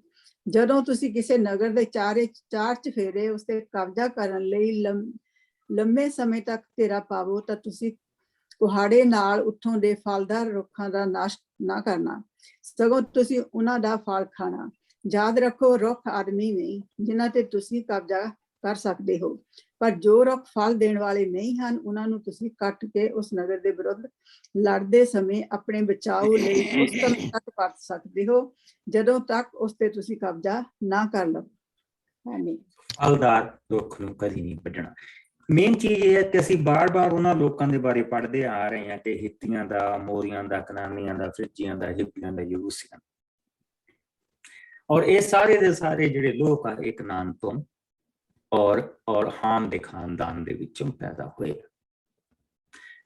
ਅਸੀਂ ਵਚਨ ਚੋਂ ਜਿਹੜੀਆਂ ਮੇਨ ਚੀਜ਼ਾਂ ਦੇਖਦੇ ਆ ਰਹੇ ਹਾਂ ਕਿ ਜਿਹੜੀਆਂ ਬਰਕਤਾਂ ਮਿਲੀਆਂ ਔਰ ਉਸ ਤੋਂ ਬਾਅਦ ਜਿਹੜੇ ਸਰਾਫ ਮਿਲੇ। ਅਸੀਂ ਦੇਖਿਆ ਕਿ ਆਦਮ ਦੇ ਵੇਲੇ ਕਿ ਜਿਹੜੀਆਂ ਬਰਕਤਾਂ ਮਿਲੀਆਂ, ਜਿਹੜੇ ਸਰਾਫ ਮਿਲੇ, ਬਰਕਤ ਉਹਨਾਂ ਨੂੰ ਇਹ ਮਿਲੀ ਕਿ ਤੀਜੇ ਭਾਵ ਦੀ 15ਵੀਂ ਆਇਤ ਕਿ ਉਹ ਉਸਦੀ ਅੱਡੀ ਡੰਗੇਗਾ ਤੇ ਉਹ ਉਸਦੀ ਸਿਰੀ ਫੇਮੇਗਾ। ਔਰ ਬਾਕੀ ਸਰਾਫ ਸੀ ਧਰਤੀ ਦੇ ਵਿੱਚ ਤੋਂ ਕੱਢਿਆ ਗਿਆ, ਧਰਤੀ ਦੇ ਵਿੱਚ ਮਿਲ ਜਾਏਗਾ, ਇਹ ਕੰਡੇ ਤੇ ਝਾੜੀਆਂ ਤੇਰੇ ਲਈ ਪੈਦਾ ਕਰੇਗੀ, ਆਪਣੇ ਮੁੜਕੇ ਦੀ ਦੇ ਨਾਲ ਤੂੰ ਇਸ ਨੂੰ ਸਿੰਜੇਗਾ। ਔਰ ਉਹੀ ਚੀਜ਼ ਹੋ ਰਹੀ, ਉਹੀ ਚੀਜ਼ ਹੋ ਰਹੀ ਹੈ। ਤੁਸੀਂ ਮੰਨਣਾ ਨਹੀਂ ਕਿ ਜਿਹੜੀ ਰਾਉਂਡ ਅਪ ਜਿਹੜੀ ਦਵਾਈ ਜਿਹੜੀ ਵਰਤਦੇ ਨਾ ਅਸੀਂ ਘਾਹ ਮਾਰਨ ਦੇ ਲਈ, ਉਹ ਬੇਸਿਕਲੀ ਲੁੱਕ ਦੇ ਵਿੱਚੋਂ ਨਿਕਲਦੀ, ਲੁੱਕ ਜਿਹੜੀ ਆ ਸੜਕਾਂ ਦੇ ਉੱਤੇ ਪਾਈ ਹੋਈ ਉਹਦੇ ਵਿੱਚੋਂ ਨਿਕਲਦੀ। 2 ਸਾਲ ਉਹ ਤੁਸੀਂ ਉਸ ਸੜਕ ਤੇ ਕੋਈ ਜਾਣਾ, ਸਾਲ ਸੜਕ ਤੇ ਜਾਣਾ ਬੰਦ ਹੋਈ ਉਹਦੇ ਵਿੱਚੋਂ ਘਾਹ ਫੁੱਟ ਔਰ ਖੇਤ ਦੇ ਗੱਭੇ ਫਸਲ ਪੈਦਾ ਕਰਨੀ ਮੁਸ਼ਕਲ ਹੋਈ। ਔਰ ਇਹ ਪ੍ਰਭੂ ਦੀ ਅਸੀਂ ਦੇਖਦੇ ਪਏ ਕਿ ਉਸ ਦੀ ਬਰਕਤ ਵੀ ਸੱਚੀ ਆ, ਕਿਉਂਕਿ ਮਸੀਹ ਦੇ ਵਿੱਚ ਉਹ ਬਰਕਤ ਆ ਤੇ ਉਸ ਦਾ ਸਰਾਪ ਵੀ ਸੱਚਾ। ਇਸੇ ਤਰ੍ਹਾਂ ਅਸੀਂ ਗਾਂ ਜਾ ਕੇ ਦੇਖਿਆ ਕਿ ਨੋਆ ਨੇ ਆਪਣੇ ਪੁੱਤਰ ਹਾਮ ਨੂੰ ਤੇ ਕਨਾਨ ਨੂੰ ਸਰਾਪ ਦਿੱਤਾ, ਔਰ ਅਸੀਂ ਉੱਥੇ ਦੇਖਦੇ ਪਏ ਹਾਂ ਕਿ ਜਿਹੜਾ ਉਸਦੇ ਬਾਕੀ ਦਾ ਯਾਫਤ ਆ ਜੋ, ਔਰ ਜੋ ਉਸਦਾ ਪੁੱਤਰ ਸੈਮ, ਉਸਨੂੰ ਸ਼ੈਮ ਨੂੰ ਤੇ ਯਾਫਤ ਨੂੰ ਬਰਕਤ ਮਿਲਦੀ ਪਈ। ਸੋ ਅਸੀਂ ਕਨਾਨ ਦਾ ਘਰਾਨਾ ਇੱਥੇ ਦੇਖਦੇ ਪਏ ਕਿ ਉਹਨਾਂ ਨੂੰ ਸਜ਼ਾ ਮਿਲਦੀ ਪਈ ਆ। ਸ਼ੈਮ ਨੂੰ ਬਰਕਤ ਮਿਲੀ ਸੀ ਜੋ ਪ੍ਰਭੂ ਯਿਸੂ ਮਸੀਹ ਦੀ ਬਰਕਤ ਉਸ ਨੂੰ ਮਿਲੀ ਸੀ। ਯਾਫਤ ਨੂੰ ਕਿਹਾ ਗਿਆ ਸੀ ਕਿ ਹਮੇਸ਼ਾ ਆਪਣੇ ਭਰਾ ਦੇ ਤੰਬੂ ਦੇ ਵਿੱਚ ਰਹੇਗਾ, ਔਰ ਕਨਾਨ ਦੇ ਜਿਹੜੇ ਲੋਕ, ਕਨਾਨ ਦਾ ਜਿਹੜਾ ਖਾਨਦਾਨ ਆ, ਉਹ ਵੀ ਇਸ ਦਾ ਗੁਲਾਮ ਹੋਏਗਾ। ਹੁਣ ਸਾਨੂੰ ਪਤਾ ਕਿ ਯਾਫਤ ਤੋਂ ਜਿੰਨੇ ਪੈਦਾ ਹੋਏ ਆ ਉਹ ਮੋਸਟਲੀ ਜਿਹੜੇ ਕੌਕੇਜਨ ਪੀਪਲ, ਗੋਰੇ ਜਿਹੜੇ ਇੱਧਰ ਸਾਰੀਆਂ ਯੂਰੋਪੀਅਨ ਯੂਨੀਅਨ ਜਿੰਨੇ ਵੀ ਹੈਗੇ ਆ, ਇਹ ਸਾਰੇ ਯਾਫਤ ਦੀ ਸੰਤਾਨ, ਰਸ਼ੀਆ ਤੱਕ। ਔਰ ਤੁਸੀਂ ਦੇਖਦੇ ਆ ਕਿ ਉਹ ਕਿਸ ਤਰ੍ਹਾਂ ਸਾਰੇ ਅੱਜ ਇਜ਼ਰਾਈਲ ਦੇ ਨਾਲ ਸਾਹ ਦੇ ਨਾਲ ਸਾਹ ਲੈਂਦੇ। ਆਈ ਮੀਨ ਜੇ ਮਸੀਹੀ ਨਾ ਹੋਣ ਤੇ ਇਜ਼ਰਾਈਲ ਦੀ ਇਕੋਨਮੀ ਨਹੀਂ ਚੱਲ ਸਕਦੀ। ਇਜ਼ਰਾਈਲ ਦੀ ਸਭ ਤੋਂ ਵੱਡੀ ਜਿਹੜੀ ਇਕੋਨਮੀ ਉਹ ਟੂਰਿਜ਼ਮ। ਔਰ ਜਾਂਦਾ ਕੌਣ? ਇਹ ਸਾਰੇ ਦੇਸ਼ਾਂ ਦੇ ਲੋਕ, ਹਰੇਕ ਲੋਕ ਤੋਂ, ਹਰੇਕ ਦੇਸ਼ ਤੋਂ, ਜਿੰਨੇ ਵੀ ਕੌਕੇਜਨ ਕੰਟਰੀ ਆ, ਇਜ਼ਰਾਈਲ ਨੂੰ ਮਦਦ ਦਿੰਦੀ। ਉਹਨਾਂ ਨੂੰ ਆਪਣੇ ਆਪ ਨੂੰ ਪ੍ਰੋਟੈਕਟ ਕਰਨ ਦੇ ਲਈ ਕਿਸਮ ਦਾ ਹਥਿਆਰ ਦਿੱਤਾ ਜਾਂਦਾ।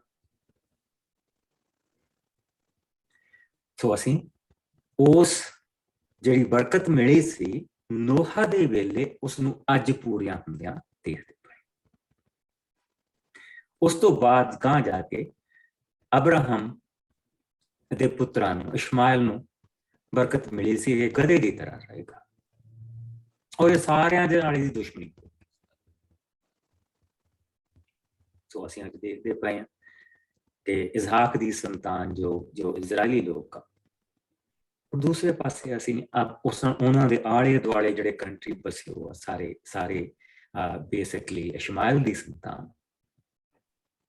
ਅਸੀਂ ਦੇਖਦੇ ਪਏ ਕਿੱਦਾਂ ਉਹਨਾਂ ਦਾ ਅੱਜ ਤੱਕ ਉਹਨਾਂ ਦਾ ਬਦਲਾ ਚੱਲਦਾ। ਅੱਜ ਤੱਕ ਉਹਨਾਂ ਦੇ ਵਿੱਚ ਆਪਸ ਦੇ ਵਿੱਚ ਲੜਾਈ ਚੱਲਦੀ। ਔਰ ਇੱਥੇ ਅਸੀਂ ਦੇਖਦੇ ਪਏ ਕਿ ਕਿਸ ਤਰ੍ਹਾਂ ਜੋ ਨੋਹਾ ਨੇ ਸਰਾਪ ਦਿੱਤਾ ਸੀ ਉਹ ਹੁਣ ਕਿਸ ਤਰ੍ਹਾਂ ਪੂਰਾ ਹੋ ਜਾ ਰਿਹਾ। So it's not meaningless. ਜਿਹੜੀਆਂ ਬਰਕਤਾਂ ਜਿਹੜੀਆਂ ਪ੍ਰਭੂ ਨੇ ਦਿੱਤੀਆਂ ਉਹ ਮੀਨਿੰਗਲੈਸ ਨਹੀਂ। ਜਿਹੜੇ ਨੇਮ ਉਹ ਬਣਦਾ ਪਿਆ ਉਹ ਮੀਨਿੰਗਲੈਸ ਨਹੀਂ। ਉਹਨਾਂ ਨੂੰ ਅਸੀਂ ਅੱਜ ਦੇ ਦਿਨ ਦੇ ਵਿੱਚ ਵੀ ਪੂਰਾ ਹੁੰਦਾ ਦੇਖਦੇ ਪਏ। ਅੱਜ ਦੇ ਦਿਨ ਵੀ ਉਹ ਸਾਰਾ ਕੁਝ ਉਦਾਂ ਹੀ ਚੱਲਦਾ ਪਿਆ, ਸਾਰਾ ਸਿਸਟਮ ਉਦਾਂ ਹੀ ਚੱਲਦਾ ਪਿਆ।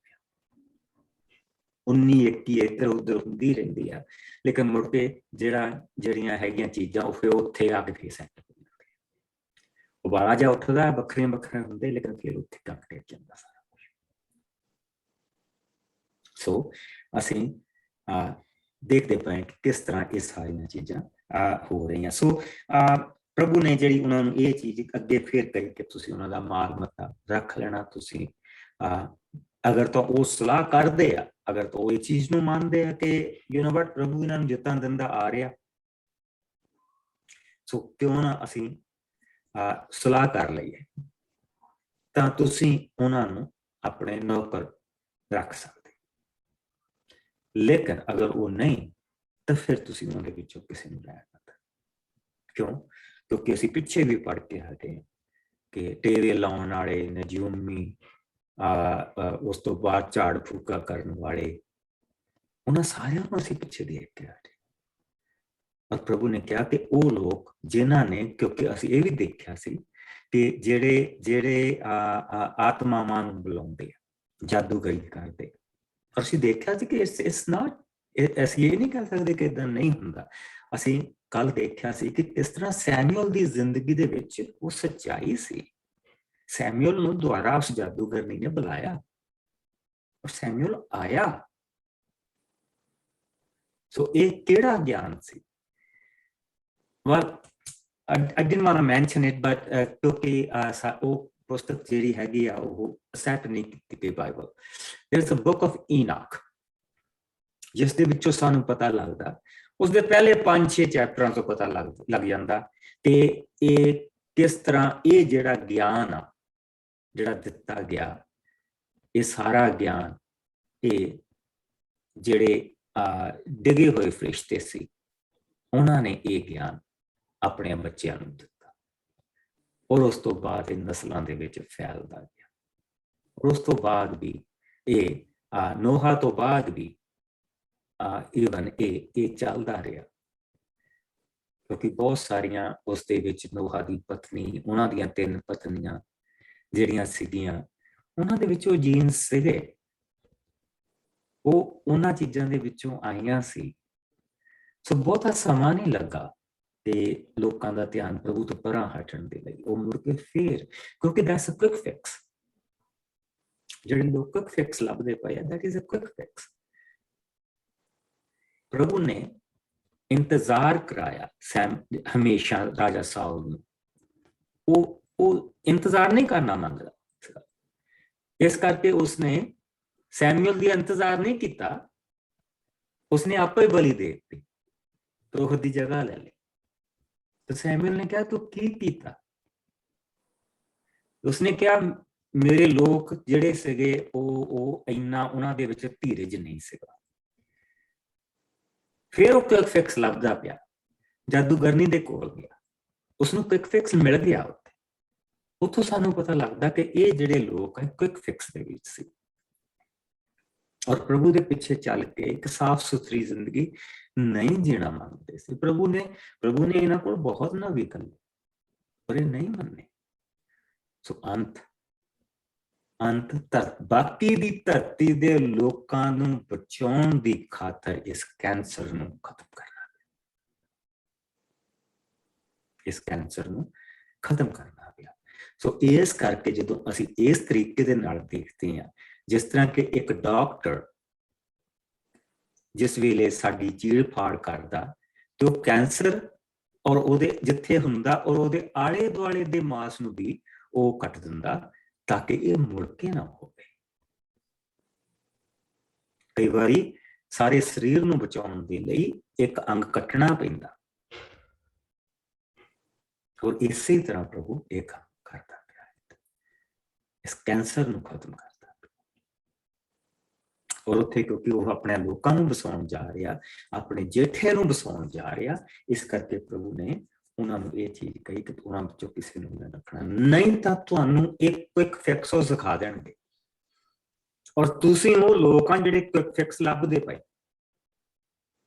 ਅਸੀਂ ਜਿਹੜੇ 40 ਸਾਲ ਪਿੱਛੇ ਇਹਨਾਂ ਦਾ ਪੜ੍ਹ ਕੇ ਆ ਰਹੇ ਹਾਂ, ਇਹ ਹਮੇਸ਼ਾ ਕਾਲੇ ਰਹੇ, ਇਹ ਸਭ ਕੁਝ ਫਟਾਫਟ ਚਾਹੁੰਦੇ ਰਹੇ ਔਰ ਜਿਸ ਲਈ ਉਹ ਨਹੀਂ ਮਿਲਦਾ ਸੀ ਤਾਂ ਇਹਨਾਂ ਨੇ ਬੱਚਾ ਵੀ ਬਣਾਇਆ, ਇਹਨਾਂ ਨੇ ਮੂਸਾ ਦੇ ਨੱਕ ਦੇ ਵਿੱਚ ਦਮ ਵੀ ਕੀਤਾ, ਇਹਨਾਂ ਨੇ ਹਰ ਤਰ੍ਹਾਂ ਦਾ ਬੁਰਾ ਭਲਾ ਪ੍ਰਭੂ ਨੂੰ ਵੀ ਕਿਹਾ ਔਰ ਪ੍ਰਭੂ ਦੀਆਂ ਲੋਕਾਂ ਨੂੰ ਵੀ ਕਿਹਾ। ਸੋ ਇਹਨਾਂ ਨੂੰ ਬਚਾਉਣ ਦੀ ਖਾਤਰ ਇਹ ਕੰਮ ਕਰਨਾ ਜ਼ਰੂਰੀ ਸੀ। ਦੂਸਰਾ, ਜੋ ਨੋਹਾ ਨੇ ਸਰਾਫ ਦਿੱਤਾ ਸੀ ਉਸ ਦਾ ਪੂਰਾ ਹੋਣਾ ਵੀ ਜ਼ਰੂਰੀ ਸੀ। ਸੋ ਇਸ ਕਰਕੇ ਅਸੀਂ ਇਹਨਾਂ ਚੀਜ਼ਾਂ ਨੂੰ ਦੇਖਦੇ ਪਏ। ਸੋ ਅਗਰ ਸਾਡਾ ਦਿਲ ਧੜਕੇ ਕਿ ਇਹਨਾਂ ਨੂੰ ਨਹੀਂ ਮਾਰਨਾ ਚਾਹੀਦਾ, ਇਹ ਪ੍ਰਭੂ ਕੀ ਕਹਿ ਰਿਹਾ, ਇਹ ਕਾਰਨ ਜਿਹਨਾਂ ਦੇ ਕਰਕੇ ਪ੍ਰਭੂ ਇਹ ਸਾਰਾ ਕੁਝ ਕਰਦਾ ਪਿਆ। 21ਵਾਂ ਪਾਠ ਆਓ ਅਸੀਂ ਪਹਿਲੀਆਂ 9 ਆਇਤਾਂ ਇਸ ਦੀਆਂ ਦੇਖਦੇ। ਹੋ ਸਕਦਾ ਹੈ ਕਦੀ ਉਸ ਧਰਤੀ ਤੇ ਜੋ ਤੁਹਾਨੂੰ ਪ੍ਰਭੂ ਪਰਮੇਸ਼ਵਰ ਮਲਕੀਅਤ ਦੇ ਤੌਰ ਤੇ ਦੇ ਰਿਹਾ ਹੈ, ਉੱਥੇ ਕਿਸੇ ਖੇਤ ਵਿੱਚ ਕੋਈ ਆਦਮੀ ਕਿਸੇ ਅਣਜਾਣੇ ਕਾਤਲ ਦੁਆਰਾ ਕਤਲ ਕੀਤਾ ਤੁਹਾਨੂੰ ਮਿਲ ਜਾਵੇ। ਇਸ ਹਾਲਤ ਵਿੱਚ ਤੁਹਾਡੇ ਬਜ਼ੁਰਗ ਅਤੇ ਨਿਆਂਕਰਤਾ ਬਾਹਰ ਉਸ ਕਤਲ ਦੀ ਥਾਂ ਤੇ ਜਾਣ ਅਤੇ ਉਸ ਦੇ ਚਾਰੇ ਪਾਸੇ ਨਗਰਾਂ ਦਾ ਉੱਥੋਂ ਫਾਸਲਾ ਮਾਪਣ। ਤਦ ਉਸ ਨਗਰ ਦੇ ਬਜ਼ੁਰਗ ਜੋ ਉਸ ਕਾਤਲ ਵਾਲੀ ਥਾਂ ਦੇ ਲਾਗੇ ਪੈਂਦਾ ਹੈ, ਇੱਕ ਜਵਾਨ ਬਹਿੜ ਲੈਣ ਜੋ ਕਿਸੇ ਤਰ੍ਹਾਂ ਦੇ ਭਾਰ ਹੇਠ ਢੋਣ ਦੇ ਕੰਮ ਨਾ ਲਿਆਂਦੀ ਗਈ ਹੋਵੇ। ਉਹ ਉਸ ਬਹਿੜ ਨੂੰ ਇਹੋ ਜਿਹੀ ਬਾਦੀ ਵਿੱਚ ਲੈ ਜਾਣ ਜਿੱਥੇ ਦਾ ਪਾਣੀ ਹਮੇਸ਼ਾ ਵਗਦਾ ਹੋਵੇ ਅਤੇ ਜਿਸ ਦੀ ਧਰਤੀ ਨਾ ਵਾਹੀ ਅਤੇ ਨਾ ਬੀਜਣ ਦੇ ਕੰਮ ਲਿਆਂਦੀ ਗਈ ਹੋਵੇ। ਉੱਥੋਂ ਉਹ ਉਸ ਬਹਿੜ ਦੀ ਧੌਣ ਤੋੜ ਦੇਣ। ਤਦ ਪੁਰੋਹਿਤ ਅਰਥਾਤ ਲੇਵੀ ਦੇ ਕਬੀਲੇ ਦੇ ਲੋਕ, ਜਿਨ੍ਹਾਂ ਨੂੰ ਪ੍ਰਭੂ ਤੁਹਾਡੇ ਪਰਮੇਸ਼ਵਰ ਨੇ ਆਪਣੀ ਸੇਵਾ ਅਤੇ ਆਪਣੇ ਨਾਂ ਤੇ ਅਸੀਸ ਦੇਣ ਦੇ ਲਈ ਚੁਣਿਆ ਹੈ, ਅੱਗੇ ਆਉਣ। ਇਸ ਲਈ ਉਹਨਾਂ ਦੇ ਕਹੇ ਅਨੁਸਾਰ ਹੀ ਹਰ ਇੱਕ ਝਗੜੇ ਅਤੇ ਫਸਾਦ ਦਾ ਫੈਸਲਾ ਕੀਤਾ ਜਾਵੇ। ਤਦ ਉਸ ਨਗਰ ਦੇ ਸਾਰੇ ਬਜ਼ੁਰਗ ਜਿਸ ਦੇ ਲਾਗੇ ਉਹ ਕਤਲ ਹੋਇਆ ਹੋਵੇ, ਉਸ ਧੌਣ ਟੁੱਟੀ ਬਹਿੜ ਦੇ ਖੂਨ ਵਿੱਚ ਆਪਣੇ ਹੱਥ ਧੋਣ। ਉਹ ਹੱਥ ਧੋਂਦੇ ਸਮੇਂ ਇਸ ਤਰ੍ਹਾਂ ਗਵਾਹੀ ਦੇਣ, ਸਾਡੇ ਹੱਥਾਂ ਤੋਂ ਇਹ ਖੂਨ ਨਹੀਂ ਹੋਇਆ ਹੈ ਅਤੇ ਨਾ ਹੀ ਸਾਡੀਆਂ ਅੱਖਾਂ ਨੇ ਇਹ ਖੂਨ ਹੁੰਦਾ ਦੇਖਿਆ ਹੈ। ਪ੍ਰਭੂ, ਤੂੰ ਆਪਣੇ ਲੋਕਾਂ ਇਜ਼ਰਾਇਲ ਨੂੰ ਮਾਫ਼ ਕਰ, ਜਿਨ੍ਹਾਂ ਨੂੰ ਤੂੰ ਛੁਟਕਾਰਾ ਦਿੱਤਾ ਹੈ। ਤੂੰ ਕਿਸੇ ਮਾਸੂਮ ਦੇ ਖੂਨ ਦਾ ਦੋਸ਼ ਆਪਣੇ ਲੋਕਾਂ ਇਜ਼ਰਾਇਲ ਵਿੱਚ ਰਹਿਣ ਨਾ ਦੇਵੀਂ, ਸਗੋਂ ਤੇਰੇ ਲੋਕਾਂ ਨੂੰ ਇਹ ਖੂਨ ਮਾਫ਼ ਕਰ ਦਿੱਤਾ ਜਾਵੇ। ਇਸ ਤਰ੍ਹਾਂ ਜੋ ਪ੍ਰਭੂ ਦੇ ਸਾਹਮਣੇ ਠੀਕ ਹੈ ਕਰਨ ਦੁਆਰਾ ਤੁਸੀਂ ਆਪਣੇ ਵਿੱਚੋਂ ਕਿਸੇ ਮਾਸੂਮ ਦੇ ਦੋਸ਼ ਨੂੰ ਦੂਰ ਕਰੋਗੇ। ਸੋ ਇਹ ਕੋਈ ਕਤਲ ਕਰ ਗਿਆ ਕਿਸੇ ਬੰਦੇ ਨੂੰ, ਰਾਈਟ। ਹੁਣ ਜਿਹੜੀ ਖਾਸ ਚੀਜ਼ਾਂ ਅਸੀਂ ਜਿਹੜੀਆਂ ਦੇਖਣੀਆਂ ਨਾ, ਉਹ ਸੀ ਜਿਸ ਤਰ੍ਹਾਂ ਕਿ ਜੰਗ ਤੋਂ ਜਾਣ ਤੋਂ ਪਹਿਲਾਂ ਉਹਨਾਂ ਨੇ ਜਿਹੜੀ ਪੁਰੋਹਿਤ ਨੇ ਦੁਆ ਕੀਤੀ ਆ, ਉਹ ਚੀਜ਼ਾਂ।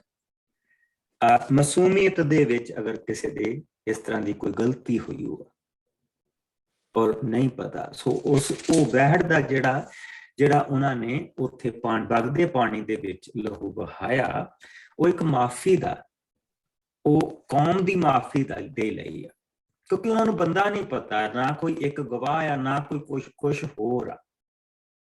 ਔਰ ਬਿਨਾਂ ਗਵਾਹੀ ਤੋਂ, ਦੋ ਬੰਦਿਆਂ ਦੀ ਗਵਾਹੀ ਤੋਂ ਕਿਸੇ ਨੂੰ ਸਜ਼ਾ ਨਹੀਂ ਦੇ ਸਕਦੇ। ਔਰ ਉਹ ਜਿਹੜਾ ਬੰਦਾ ਆ, ਉਸ ਦੇ ਬਾਰੇ ਉਹ ਜਾਣਦੇ ਵੀ ਨਹੀਂ ਕਿ ਕੌਣ ਆ, ਪਰ ਉਸਨੂੰ ਕਿਹਨੇ ਮਾਰਿਆ ਇਹ ਵੀ ਨਹੀਂ ਉਹਨਾਂ ਨੂੰ ਪਤਾ। ਪਰ ਕੀ ਉਹ ਸਾਡੇ ਵਿੱਚੋਂ ਤਾਂ ਨਹੀਂ ਕੋਈ ਜਿਸਨੇ ਇਹਨੂੰ ਮਾਰਿਆ? ਇਹ ਚੀਜ਼ ਸਾਡੇ ਵਿੱਚੋਂ ਤਾਂ ਨਹੀਂ, ਉਸ ਬੰਦੇ ਨੇ ਦੇਖਿਆ, ਮੈਨੂੰ ਕਿਸੇ ਨੇ ਨਹੀਂ ਦੇਖਿਆ। ਤੇ ਇਸ ਤੋਂ ਪਹਿਲਾਂ ਪ੍ਰਭੂ ਸਜ਼ਾ ਦੇਵੇ ਸਾਰਿਆਂ ਨੂੰ, ਤਾਂ ਇਸ ਦੇ ਨਾਲ ਜਿਹੜੀ ਸਜ਼ਾ ਆ, ਜਿਸ ਬੰਦੇ ਨੇ ਉਹ ਕੰਮ ਕੀਤਾ ਉਹਦੇ ਤੇ ਠਹਿਰ ਜਾਂਦੀ ਸੀ, ਲੇਕਿਨ ਕੌਮ ਇਸ ਤੋਂ ਆਜ਼ਾਦ ਹੋ ਜਾਂਦੀ ਸੀ। ਕੌਮ ਦਾ ਕਹਿਣਾ ਇਹ ਸੀ ਕਿ ਅਸੀਂ ਖੋਜ ਕੀਤੀ ਆ, ਅਸੀਂ ਲੱਭਿਆ, ਪਰ ਸਾਨੂੰ ਨਾ ਤਾਂ ਕੋਈ ਗਵਾਹੀ ਮਿਲੀ ਤੇ ਨਾ ਸਾਨੂੰ ਪਤਾ ਕਿ ਇਹ ਬੰਦਾ ਹੈ ਕੌਣ ਜਿਹੜਾ ਮਾਰਿਆ ਗਿਆ।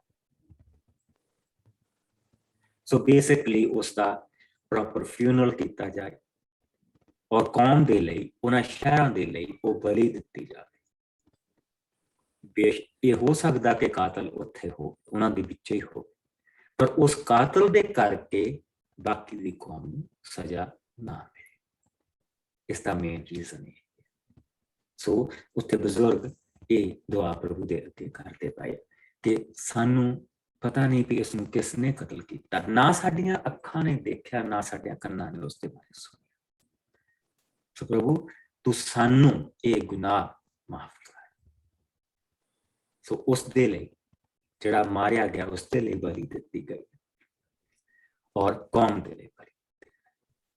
ਔਰ ਇਸ ਤਰ੍ਹਾਂ ਉਹ ਉਹਨਾਂ ਨੂੰ ਉਹ ਜਿਹੜੇ ਖੂਨ ਦੇ ਗੁਨਾਹ ਦੀ ਜਿਹੜੀ ਮਾਫੀ ਆ, ਉਹ ਪ੍ਰਭੂ ਦੇ ਵੱਲੋਂ ਪ੍ਰਾਪਤ ਹੋਈ ਹੈ। ਪਰ ਪ੍ਰਭੂ ਦੀਆਂ ਅੱਖਾਂ ਨੇ ਦੇਖ ਲਿਆ ਕੌਣ,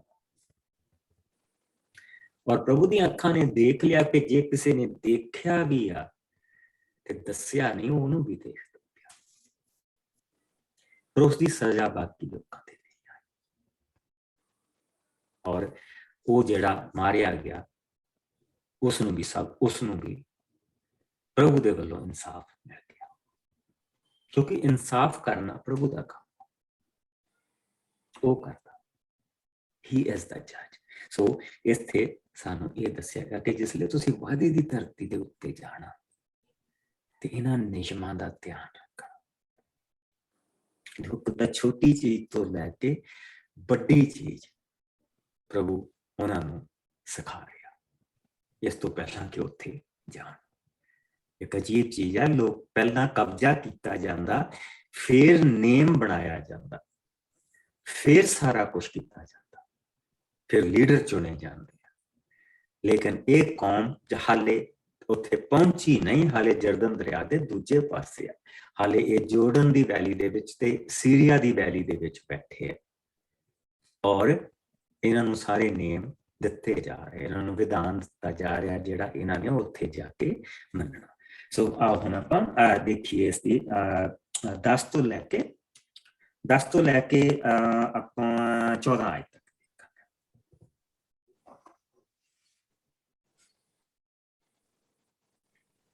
ਜਿਸ ਨੂੰ ਮੈਂ ਪੜ੍ਹਦੀ go ahead। ਜਦੋਂ ਤੁਸੀਂ ਆਪਣੇ ਦੁਸ਼ਮਣਾਂ ਦੇ ਵਿਰੁੱਧ ਲੜਾਈ ਦੇ ਲਈ ਜਾਵੋ ਅਤੇ ਪ੍ਰਭੂ ਤੁਹਾਡਾ ਪਰਮੇਸ਼ਵਰ ਤੁਹਾਡੇ ਦੁਸ਼ਮਣਾਂ ਨੂੰ ਤੁਹਾਡੇ ਹੱਥੀਂ ਸੌਂਪ ਦੇਵੇ ਅਤੇ ਤੁਸੀਂ ਉਹਨਾਂ ਨੂੰ ਆਪਣੇ ਬੰਦੀ ਬਣਾ ਲਵੋ, ਤਾਂ ਹੋ ਸਕਦਾ ਹੈ ਕਿ ਬੰਦੀਆਂ ਵਿੱਚੋਂ ਤੁਹਾਡੇ ਵਿੱਚੋਂ ਕਿਸੇ ਨੂੰ ਕੋਈ ਸੁੰਦਰ ਔਰਤ ਪਸੰਦ ਆ ਜਾਵੇ ਅਤੇ ਉਹ ਉਸ ਨੂੰ ਆਪਣੀ ਪਤਨੀ ਬਣਾਉਣਾ ਚਾਹੇ। ਇਸ ਹਾਲਤ ਵਿੱਚ ਉਹ ਆਦਮੀ ਉਸ ਔਰਤ ਨੂੰ ਆਪਣੇ ਘਰ ਲੈ ਜਾਵੇ। ਤਦ ਉਹ ਔਰਤ ਆਪਣੇ ਵਾਲ ਅਤੇ ਨਹੁੰ ਕਟਾਵੇ ਅਤੇ ਆਪਣੇ ਗੁਲਾਮਾਂ ਵਾਲੇ ਕੱਪੜੇ ਉਤਾਰ ਦੇਵੇ। ਫਿਰ ਉਹ ਪੂਰੇ 1 ਮਹੀਨੇ ਤੱਕ ਆਪਣੇ ਮਾਂ ਪਿਓ ਦੇ ਲਈ ਸੋਗ ਕਰੇ। ਇਸ ਦੇ ਪਿੱਛੋਂ ਉਹ ਆਦਮੀ ਉਸ ਨੂੰ ਪਤਨੀ ਬਣਾ ਲਵੇ। ਪਰ ਪਿੱਛੋਂ ਜੇਕਰ ਉਸ ਆਦਮੀ ਦਾ ਮਨ ਉਸ ਔਰਤ ਨਾਲ ਭਰ ਜਾਵੇ ਤਾਂ ਉਹ ਉਸ ਨੂੰ ਗੁਲਾਮ ਸਮਝ ਕੇ ਅੱਗੇ ਨਾ ਵੇਚੇ, ਸਗੋਂ ਉਸ ਨੂੰ ਉਹ ਜਿੱਥੇ ਚਾਹੇ ਜਾਣ ਦੇਵੇ, ਕਿਉਂਕਿ ਉਹ ਆਦਮੀ ਪਹਿਲਾਂ ਹੀ ਉਸ ਨੂੰ ਬੇਇੱਜ਼ਤ ਕਰ ਚੁੱਕਾ ਹੈ। ਪਰ ਇੱਥੇ ਅਸੀਂ ਇਹ ਦੇਖਦੇ ਪਏ ਕਿ ਪ੍ਰਭੂ ਔਰਤਾਂ ਦੇ ਲਈ ਉਸ ਸਮੇਂ ਦਾ, ਕਿਉਂਕਿ ਉਹ ਜਿਹੜਾ ਅੱਜ ਦਾ ਸਮਾਂ ਵੱਖਰਾ, ਉੱਥੇ ਹਾਲੇ ਵੀ ਇਹੋ ਹੀ ਹਾਲ ਹੈ ਐਕਚੁਅਲੀ। ਤਾਂ ਅਗਰ ਅਸੀਂ ਉਹਨਾਂ ਇਲਾਕਿਆਂ ਨੂੰ ਦੇਖੀਏ ਤਾਂ ਕੋਈ ਖਾਸ ਨਹੀਂ ਬਦਲਿਆ ਹੈਗਾ, ਲੇਕਿਨ ਇਸ ਲਈ ਅਸੀਂ ਇਸ ਹਿੱਸੇ ਨੂੰ ਦੇਖਦੇ ਹਾਂ ਤੇ ਕਿਸ ਤਰ੍ਹਾਂ ਪ੍ਰਭੂ ਔਰਤ ਨੂੰ ਇੱਕ ਮਾਣ ਦੇ ਰਿਹਾ ਕਿ ਇਹ ਨਹੀਂ ਕਿ ਤੂੰ ਉਸਨੂੰ ਪਹਿਲਾਂ ਆਪਣੀ ਪਤਨੀ ਬਣਾਇਆ, ਹੁਣ ਤੂੰ ਉਸਨੂੰ ਗਾਂ ਵੇਚਦਾ ਪਿਆ। ਔਰ ਵੇਚਦਾ ਜਿਸ ਲਈ ਉਹਨੇ ਗਾਂ ਵੇਚਣਾ, ਉਹਨੇ ਕਿੱਥੇ ਜਾਣਾ ਵਿਚਾਰੀ ਨੇ? ਪ੍ਰੋਸਟੀਟਿਊਸ਼ਨ ਦੇ ਵਿੱਚ। ਹੋਰ ਉਹਨੇ ਕਿੱਥੇ ਜਾਣਾ? ਰਾਈਟ। ਸੋ ਪ੍ਰਭੂ ਇੱਕ ਉੱਥੇ ਮਾਣ ਦੇ ਰਿਹਾ ਕਿ ਉਹ ਜਿੱਥੇ ਜਾਣਾ ਚਾਹੇ ਤੂੰ ਉਸਨੂੰ ਜਾਣ ਦੇ। ਗਾਂ ਜਾ ਕੇ ਸਾਨੂੰ ਇਹ ਵੀ ਪਤਾ, ਅਸੀਂ ਦੇਖਣਾ ਕਿ ਤੂੰ ਉਸਨੂੰ ਖਾਲੀ ਹੱਥ ਨਹੀਂ ਤੋਰਨਾ, ਤੂੰ ਉਸਨੂੰ ਖਾਲੀ ਹੱਥ ਨਹੀਂ ਤੋਰਨਾ। ਯਾਨੀ ਕਹਿਣ ਦਾ ਕੀ ਮਤਲਬ, ਉਹ ਤੇਰੀ ਜਾਇਦਾਦ ਨਹੀਂ, ਉਹ ਇੱਕ ਇਨਸਾਨ। ਔਰ ਦੇਖੋ ਦੁਸ਼ਮਣ ਦੀ ਜਿੱਥੇ ਉਹਨਾਂ ਨੇ ਜੰਗ ਕੀਤੀ ਆ, ਜੰਗ ਜਿੱਤੀ ਆ, ਉੱਥੋਂ ਦਾ, ਔਰ ਕਿਸ ਤਰ੍ਹਾਂ ਕਿ ਇੱਕ ਉਸਨੂੰ ਇੱਕ ਰੇਪ ਦੀ ਵਿਕਟਮ ਨੇ ਪ੍ਰਭੂ ਨੇ ਬਣਾਇਆ। ਉਸਨੇ ਕਿਹਾ ਜੇ ਤੈਨੂੰ ਉਹ ਅੱਛੀ ਲੱਗਦੀ ਹੈ ਉਸਨੂੰ ਲਿਆ। ਜਿਹੜਾ ਉਸਨੇ ਗੁਲਾਮੀ ਵਾਲਾ ਕੱਪੜਾ ਪਾਇਆ ਉਹ ਉਤਾਰੇ। ਫਿਰ ਉਹ ਇੱਕ ਪੂਰਾ ਮਹੀਨਾ ਆਪਣੇ ਮਾਂ ਬਾਪ ਔਰ ਜੋ ਵੀ ਮਾਰਿਆ ਗਿਆ ਉਹਦੇ ਲਈ ਸੋਗ ਕਰੇ, ਔਰ ਉਸ ਸੋਗ ਕਰਨ ਤੋਂ ਬਾਅਦ ਤੂੰ ਉਸਨੂੰ ਆਪਣੀ ਪਤਨੀ ਬਣਾ ਸਕਦਾ। ਇੱਕ ਦੁਸ਼ਮਣ ਦੇ ਲਈ ਇੰਨਾ ਮਾਣ ਔਰਤ ਨੂੰ ਪ੍ਰਭੂ ਦੇ ਰਿਹਾ। ਔਰ ਬੇਸਿਕਲੀ ਉਸ ਇਲਾਕੇ ਦੇ ਵਿੱਚ ਤਾਂ ਔਰਤ ਜਿਸ ਤਰ੍ਹਾਂ ਮੈਂ ਦੇਖਿਆ ਸੀ, ਕਮੋਡਿਟੀ ਇੱਕ ਹੁੰਦੀ ਸੀ, ਇਸ ਤੋਂ ਜ਼ਿਆਦਾ ਕੁਛ ਨਹੀਂ ਹੁੰਦਾ ਸੀ। ਲੇਕਿਨ ਇੱਕ ਨਵੇਂ ਇਲਾਕੇ ਦੇ ਵਿੱਚ ਜਾ ਕੇ ਔਰਤ ਨੂੰ ਇੰਨਾ ਮਾਣ ਮਿਲਣਾ, ਔਰ ਸਵਾਏ ਇਜ਼ਰਾਈਲ ਤੋਂ ਇਲਾਵਾ ਉਸ ਇਲਾਕੇ ਦੇ ਵਿੱਚ ਇੰਨਾ ਮਾਣ ਕਿਸੇ ਔਰਤ ਨੂੰ ਨਹੀਂ ਸੀ ਮਿਲਦਾ। ਦੂਸਰਾ ਮਿਸਰ ਦੇ ਵਿੱਚ ਔਰਤ ਪ੍ਰਧਾਨ ਸੀ। ਮਿਸਰ ਦੇ ਵਿੱਚ ਔਰਤ ਪ੍ਰਧਾਨ ਸੀ, ਉੱਥੇ ਔਰਤ ਦਾ ਬਹੁਤ ਮਾਣ ਸੀ। ਲੇਕਿਨ ਜਿੱਥੇ ਇਹ ਜਾ ਰਹੇ ਆ ਉਸ ਇਲਾਕਿਆਂ ਦੇ ਵਿੱਚ ਨਹੀਂ। ਠੀਕ। ਸੋ ਪ੍ਰਭੂ ਉਹਨਾਂ ਨੂੰ ਇਹ ਦੱਸਦਾ ਪਿਆ ਕਿ ਇਹਨਾਂ ਚੀਜ਼ਾਂ ਨੂੰ ਤੁਸੀਂ ਨਹੀਂ ਕਰਨਾ। ਸੋ ਹੁਣ ਮੈਂ ਇੱਕ ਛੋਟੀ ਜਿਹੀ ਅਨਾਉਂਸਮੈਂਟ ਲੱਗਾ ਕਰਨ ਕਿ ਹੁਣ ਸਾਡੀ ਜਿਹੜੀ ਬਾਈਬਲ ਸਟੱਡੀ ਹੋਇਆ ਕਰੇਗੀ ਉਹ ਸਿਰਫ ਸੋਮਵਾਰ ਤੋਂ ਲੈ ਕੇ ਜਿੱਦਾਂ ਅਗਲੇ ਹਫਤੇ ਤੋਂ। ਆਪਾਂ ਕੱਲ ਨੂੰ ਬਾਈਬਲ ਸਟੱਡੀ ਜ਼ਰੂਰ ਕਰਾਂਗੇ ਕਿਉਂਕਿ ਮੈਂ ਇਹ ਥੋੜੇ ਜਿਹੇ ਚੈਪਟਰ ਖਤਮ ਕਰਨੇ ਮੰਗਦਾ, ਲੇਕਿਨ ਆਪਾਂ ਸੋਮਵਾਰ ਤੋਂ ਲੈ ਕੇ ਮੰਡੇ ਤੋਂ ਲੈ ਕੇ ਥਰਸਡੇ ਤੱਕ ਸਾਡੀ ਬਾਈਬਲ ਸਟੱਡੀ ਹੋਇਆ ਕਰੇਗੀ। ਕਿਉਂਕਿ ਫਰਾਈਡੇ ਸੈਟਰਡੇ ਆਈ ਨੀਡ, ਕਿਉਂਕਿ ਸਾਡੀ ਹੁਣ ਆਪਣੀ ਚਰਚ ਸਰਵਿਸ ਚੱਲਣ ਲੱਗ ਪਈ ਆ, so I need a Friday and Saturday to prepare for that. ਔਰ ਫਿਰ ਅਸੀਂ ਜਿੱਦਾਂ ਸੰਡੇ ਦਾ ਜਿਹੜਾ ਮੈਸੇਜ ਹੋਏਗਾ ਉਹ ਡਾਊਨਲੋਡ ਹੋ ਜਾਏਗਾ, ਤੁਸੀਂ ਸ਼ਾਮ ਨੂੰ ਸੰਡੇ ਦਾ ਮੈਸੇਜ ਸੁਣ ਸਕਦੇ ਆ। ਔਰ ਮੰਡੇ ਤੋਂ ਲੈ ਕੇ ਥਰਸਡੇ ਤੱਕ 4 ਦਿਨ ਸਾਡੀ ਬਾਈਬਲ ਸਟੱਡੀ ਇਹ ਲਾਗੂ ਰਹੇਗੀ, ਔਰ 3 ਦਿਨ ਜਿਹੜੇ ਹੋਣਗੇ ਪਿੱਛੋਂ ਉਹ ਸਾਡੇ ਆਫ ਹੋਣਗੇ। ਲੇਕਿਨ ਹੁਣ ਅਸੀਂ ਕੱਲ ਦੀ ਜ਼ਰੂਰ ਕਰਾਂਗੇ, ਕਿਉਂਕਿ ਇਹ ਅਸੀਂ ਬਿਲਕੁਲ ਉਹਨਾਂ ਚੈਪਟਰਾਂ ਦੀ ਨਜ਼ਦੀਕੀ ਦੇ ਵਿੱਚ ਬੈਠੇ ਹਾਂ ਜਿੱਥੇ ਪ੍ਰਭੂ ਯਿਸੂ ਮਸੀਹ ਦੇ ਲਈ ਥੋੜੀਆਂ ਜਿਹੀਆਂ ਆਇਤਾਂ ਆ ਰਹੀਆਂ ਜਿਹੜੀਆਂ ਪ੍ਰਭੂ ਯਿਸੂ ਮਸੀਹ ਦੇ ਲਈ ਸੀ। ਸੋ ਆਈ ਡੋਂਟ ਵਾਂਟ ਟੂ, ਜਿਹੜਾ ਜਿਹੜੀ ਕੰਟੀਨਿਊਸਲੀ ਚੱਲਦੀ ਪਈ ਆ, ਅਸੀਂ ਮੈਂ ਇਸ ਨੂੰ ਰੋਕਣਾ ਨਹੀਂ ਮੰਗਦਾ ਪਿਆ, ਥਾਟ ਜਿਹੜੀ ਸਾਡੀ ਚੱਲਦੀ ਪਈ। ਸੋ ਆਓ ਦੁਆ ਕਰੀਏ ਔਰ ਪ੍ਰਭੂ ਨੂੰ ਆਪਣੇ ਪ੍ਰਭੂ ਦੇ ਹੱਥਾਂ ਦੇ ਵਿੱਚ ਆਪਣੇ ਆਪ ਪਿਆਰੇ ਪ੍ਰਭੂ ਤੇਰਾ ਬਹੁਤ ਸ਼ੁਕਰ ਕਰਦੇ ਇਸ ਸਮੇਂ ਦੇ ਲਈ ਜੋ ਤੂੰ ਸਾਨੂੰ ਦਿੱਤਾ। ਇਹ ਤੇਰੀ ਦਇਆ, ਤੇਰੇ ਰਹਿਮ, ਤੇਰੇ ਪਿਆਰ ਦੇ ਕਰਕੇ ਸਾਨੂੰ ਤੂੰ ਮਹਾਨ, ਤੂੰ ਦਿਆਲੂ, ਤੂੰ ਕਿਰਪਾਲੂ। ਸੱਚਮੁੱਚ ਪ੍ਰਭੂ ਜੀ, ਅਸੀਂ ਜੋ ਤੇਰੇ ਵਚਨ ਦੇ ਵਿੱਚੋਂ ਦੇਖਦੇ ਪਏ ਹਾਂ, ਸਾਡੇ ਅੱਜ ਦੇ ਕਾਨੂੰਨ ਵੀ ਇਹਨਾਂ ਦੇ ਵਿੱਚੋਂ ਹੀ ਪ੍ਰਭੂ ਜੀ ਬਣੇ, ਔਰ ਜਿਨ੍ਹਾਂ ਨੇ ਇਹਨਾਂ ਕਾਨੂੰਨਾਂ ਨੂੰ ਬਦਲਣ ਦੀ ਕੋਸ਼ਿਸ਼ ਕੀਤੀ ਉਸ ਦੇ ਨਾਲ ਪ੍ਰਭੂ ਜੀ ਅਸੀਂ ਆਪਣੇ ਦੇਸ਼ ਦਾ ਹੀ ਸਤਿਆਨਾਸ਼ ਕੀਤਾ। ਪਿਆਰੇ ਪ੍ਰਭੂ, ਅਸੀਂ ਇੱਕ ਵਾਰ ਫਿਰ ਆਪਣੇ ਆਪ ਨੂੰ ਤੇਰੀ ਹਜ਼ੂਰੀ ਦੇ ਵਿੱਚ ਦਿੰਦੇ ਹਾਂ, ਤੇਰੀ ਮਹਾਨ ਬਰਕਤ ਦੇ ਵਿੱਚ ਛੁਪਾਉਂਦੇ ਹਾਂ। ਪਿਆਰੇ ਪ੍ਰਭੂ, ਆਪਣੇ ਬੱਚਿਆਂ ਦੇ ਨਾਲ ਬਣਿਆ ਰਹਿ, ਤੂੰ ਇਹਨਾਂ ਦੀਆਂ ਜ਼ਰੂਰਤਾਂ ਨੂੰ ਜਾਣਦਾ, ਮਨ ਦੀ, ਤਨ ਦੀ, ਆਤਮਾ ਦੀ ਜ਼ਰੂਰਤ। ਅਸੀਂ ਤੇਰਾ ਸ਼ੁਕਰ ਕਰਦੇ ਹਾਂ ਪ੍ਰਭੂ ਜੀ, ਤੂੰ ਤਿੰਨਾਂ ਦਾ ਲਈ, ਸਾਡੇ ਮਨ ਦੇ ਲਈ, ਸਾਡੇ ਤਨ ਦੇ ਲਈ, ਸਾਡੀ ਆਤਮਾ ਦੇ ਲਈ ਸਾਰਾ ਪ੍ਰਬੰਧ ਕੀਤਾ। ਤੇਰਾ ਸ਼ੁਕਰ ਕਰਦੇ ਪਵਿੱਤਰ ਆਤਮਾ ਦੀ ਹਜ਼ੂਰੀ ਜੋ ਸਾਡੇ ਨਾਲ, ਯਿਸੂ ਮਸੀਹ ਦਾ ਸਾਥ ਜੋ ਸਾਡੇ ਨਾਲ, ਔਰ ਸਭ ਤੋਂ ਜ਼ਿਆਦਾ ਜੋ ਬਾਪ ਦੀ ਨਿਗਾਹ ਬਣੀ ਸਾਡੇ ਉੱਤੇ। ਜਦੋਂ ਤੱਕ ਅਸੀਂ ਦੁਆਰਾ ਮਿਲੀਏ, ਤੇਰੀ ਹਜ਼ੂਰੀ ਸਾਡੇ ਸਭ ਦੇ ਨਾਲ ਬਣੀ ਰਹੇ, ਬੁਰੇ ਔਰ ਬੁਰਾਈ ਤੋਂ ਸਾਨੂੰ ਬਚਾ ਕੇ ਰੱਖਣਾ ਔਰ ਆਪਣੀ ਨਜ਼ਦੀਕੀ ਦੇ ਵਿੱਚ ਬਣਾ ਕੇ ਰੱਖਣਾ। ਮਸੀਹ ਯਿਸੂ ਦੇ ਮਿੱਠੇ ਔਰ ਪਿਆਰੇ ਨਾਮ ਦੇ ਵਿੱਚ ਸਭ ਕੁਝ ਮੰਗਦੇ ਔਰ ਸਾਰੇ ਭੈਣ ਭਰਾ ਕੇ ਆਮੀਨ। Bless you. ਪ੍ਰਭੂ ਤੁਹਾਨੂੰ ਬਰਕਤ ਦੇ ਔਰ ਤੁਹਾਡੇ ਸਾਰਿਆਂ ਦੇ ਨਾਲ ਬਣੇ।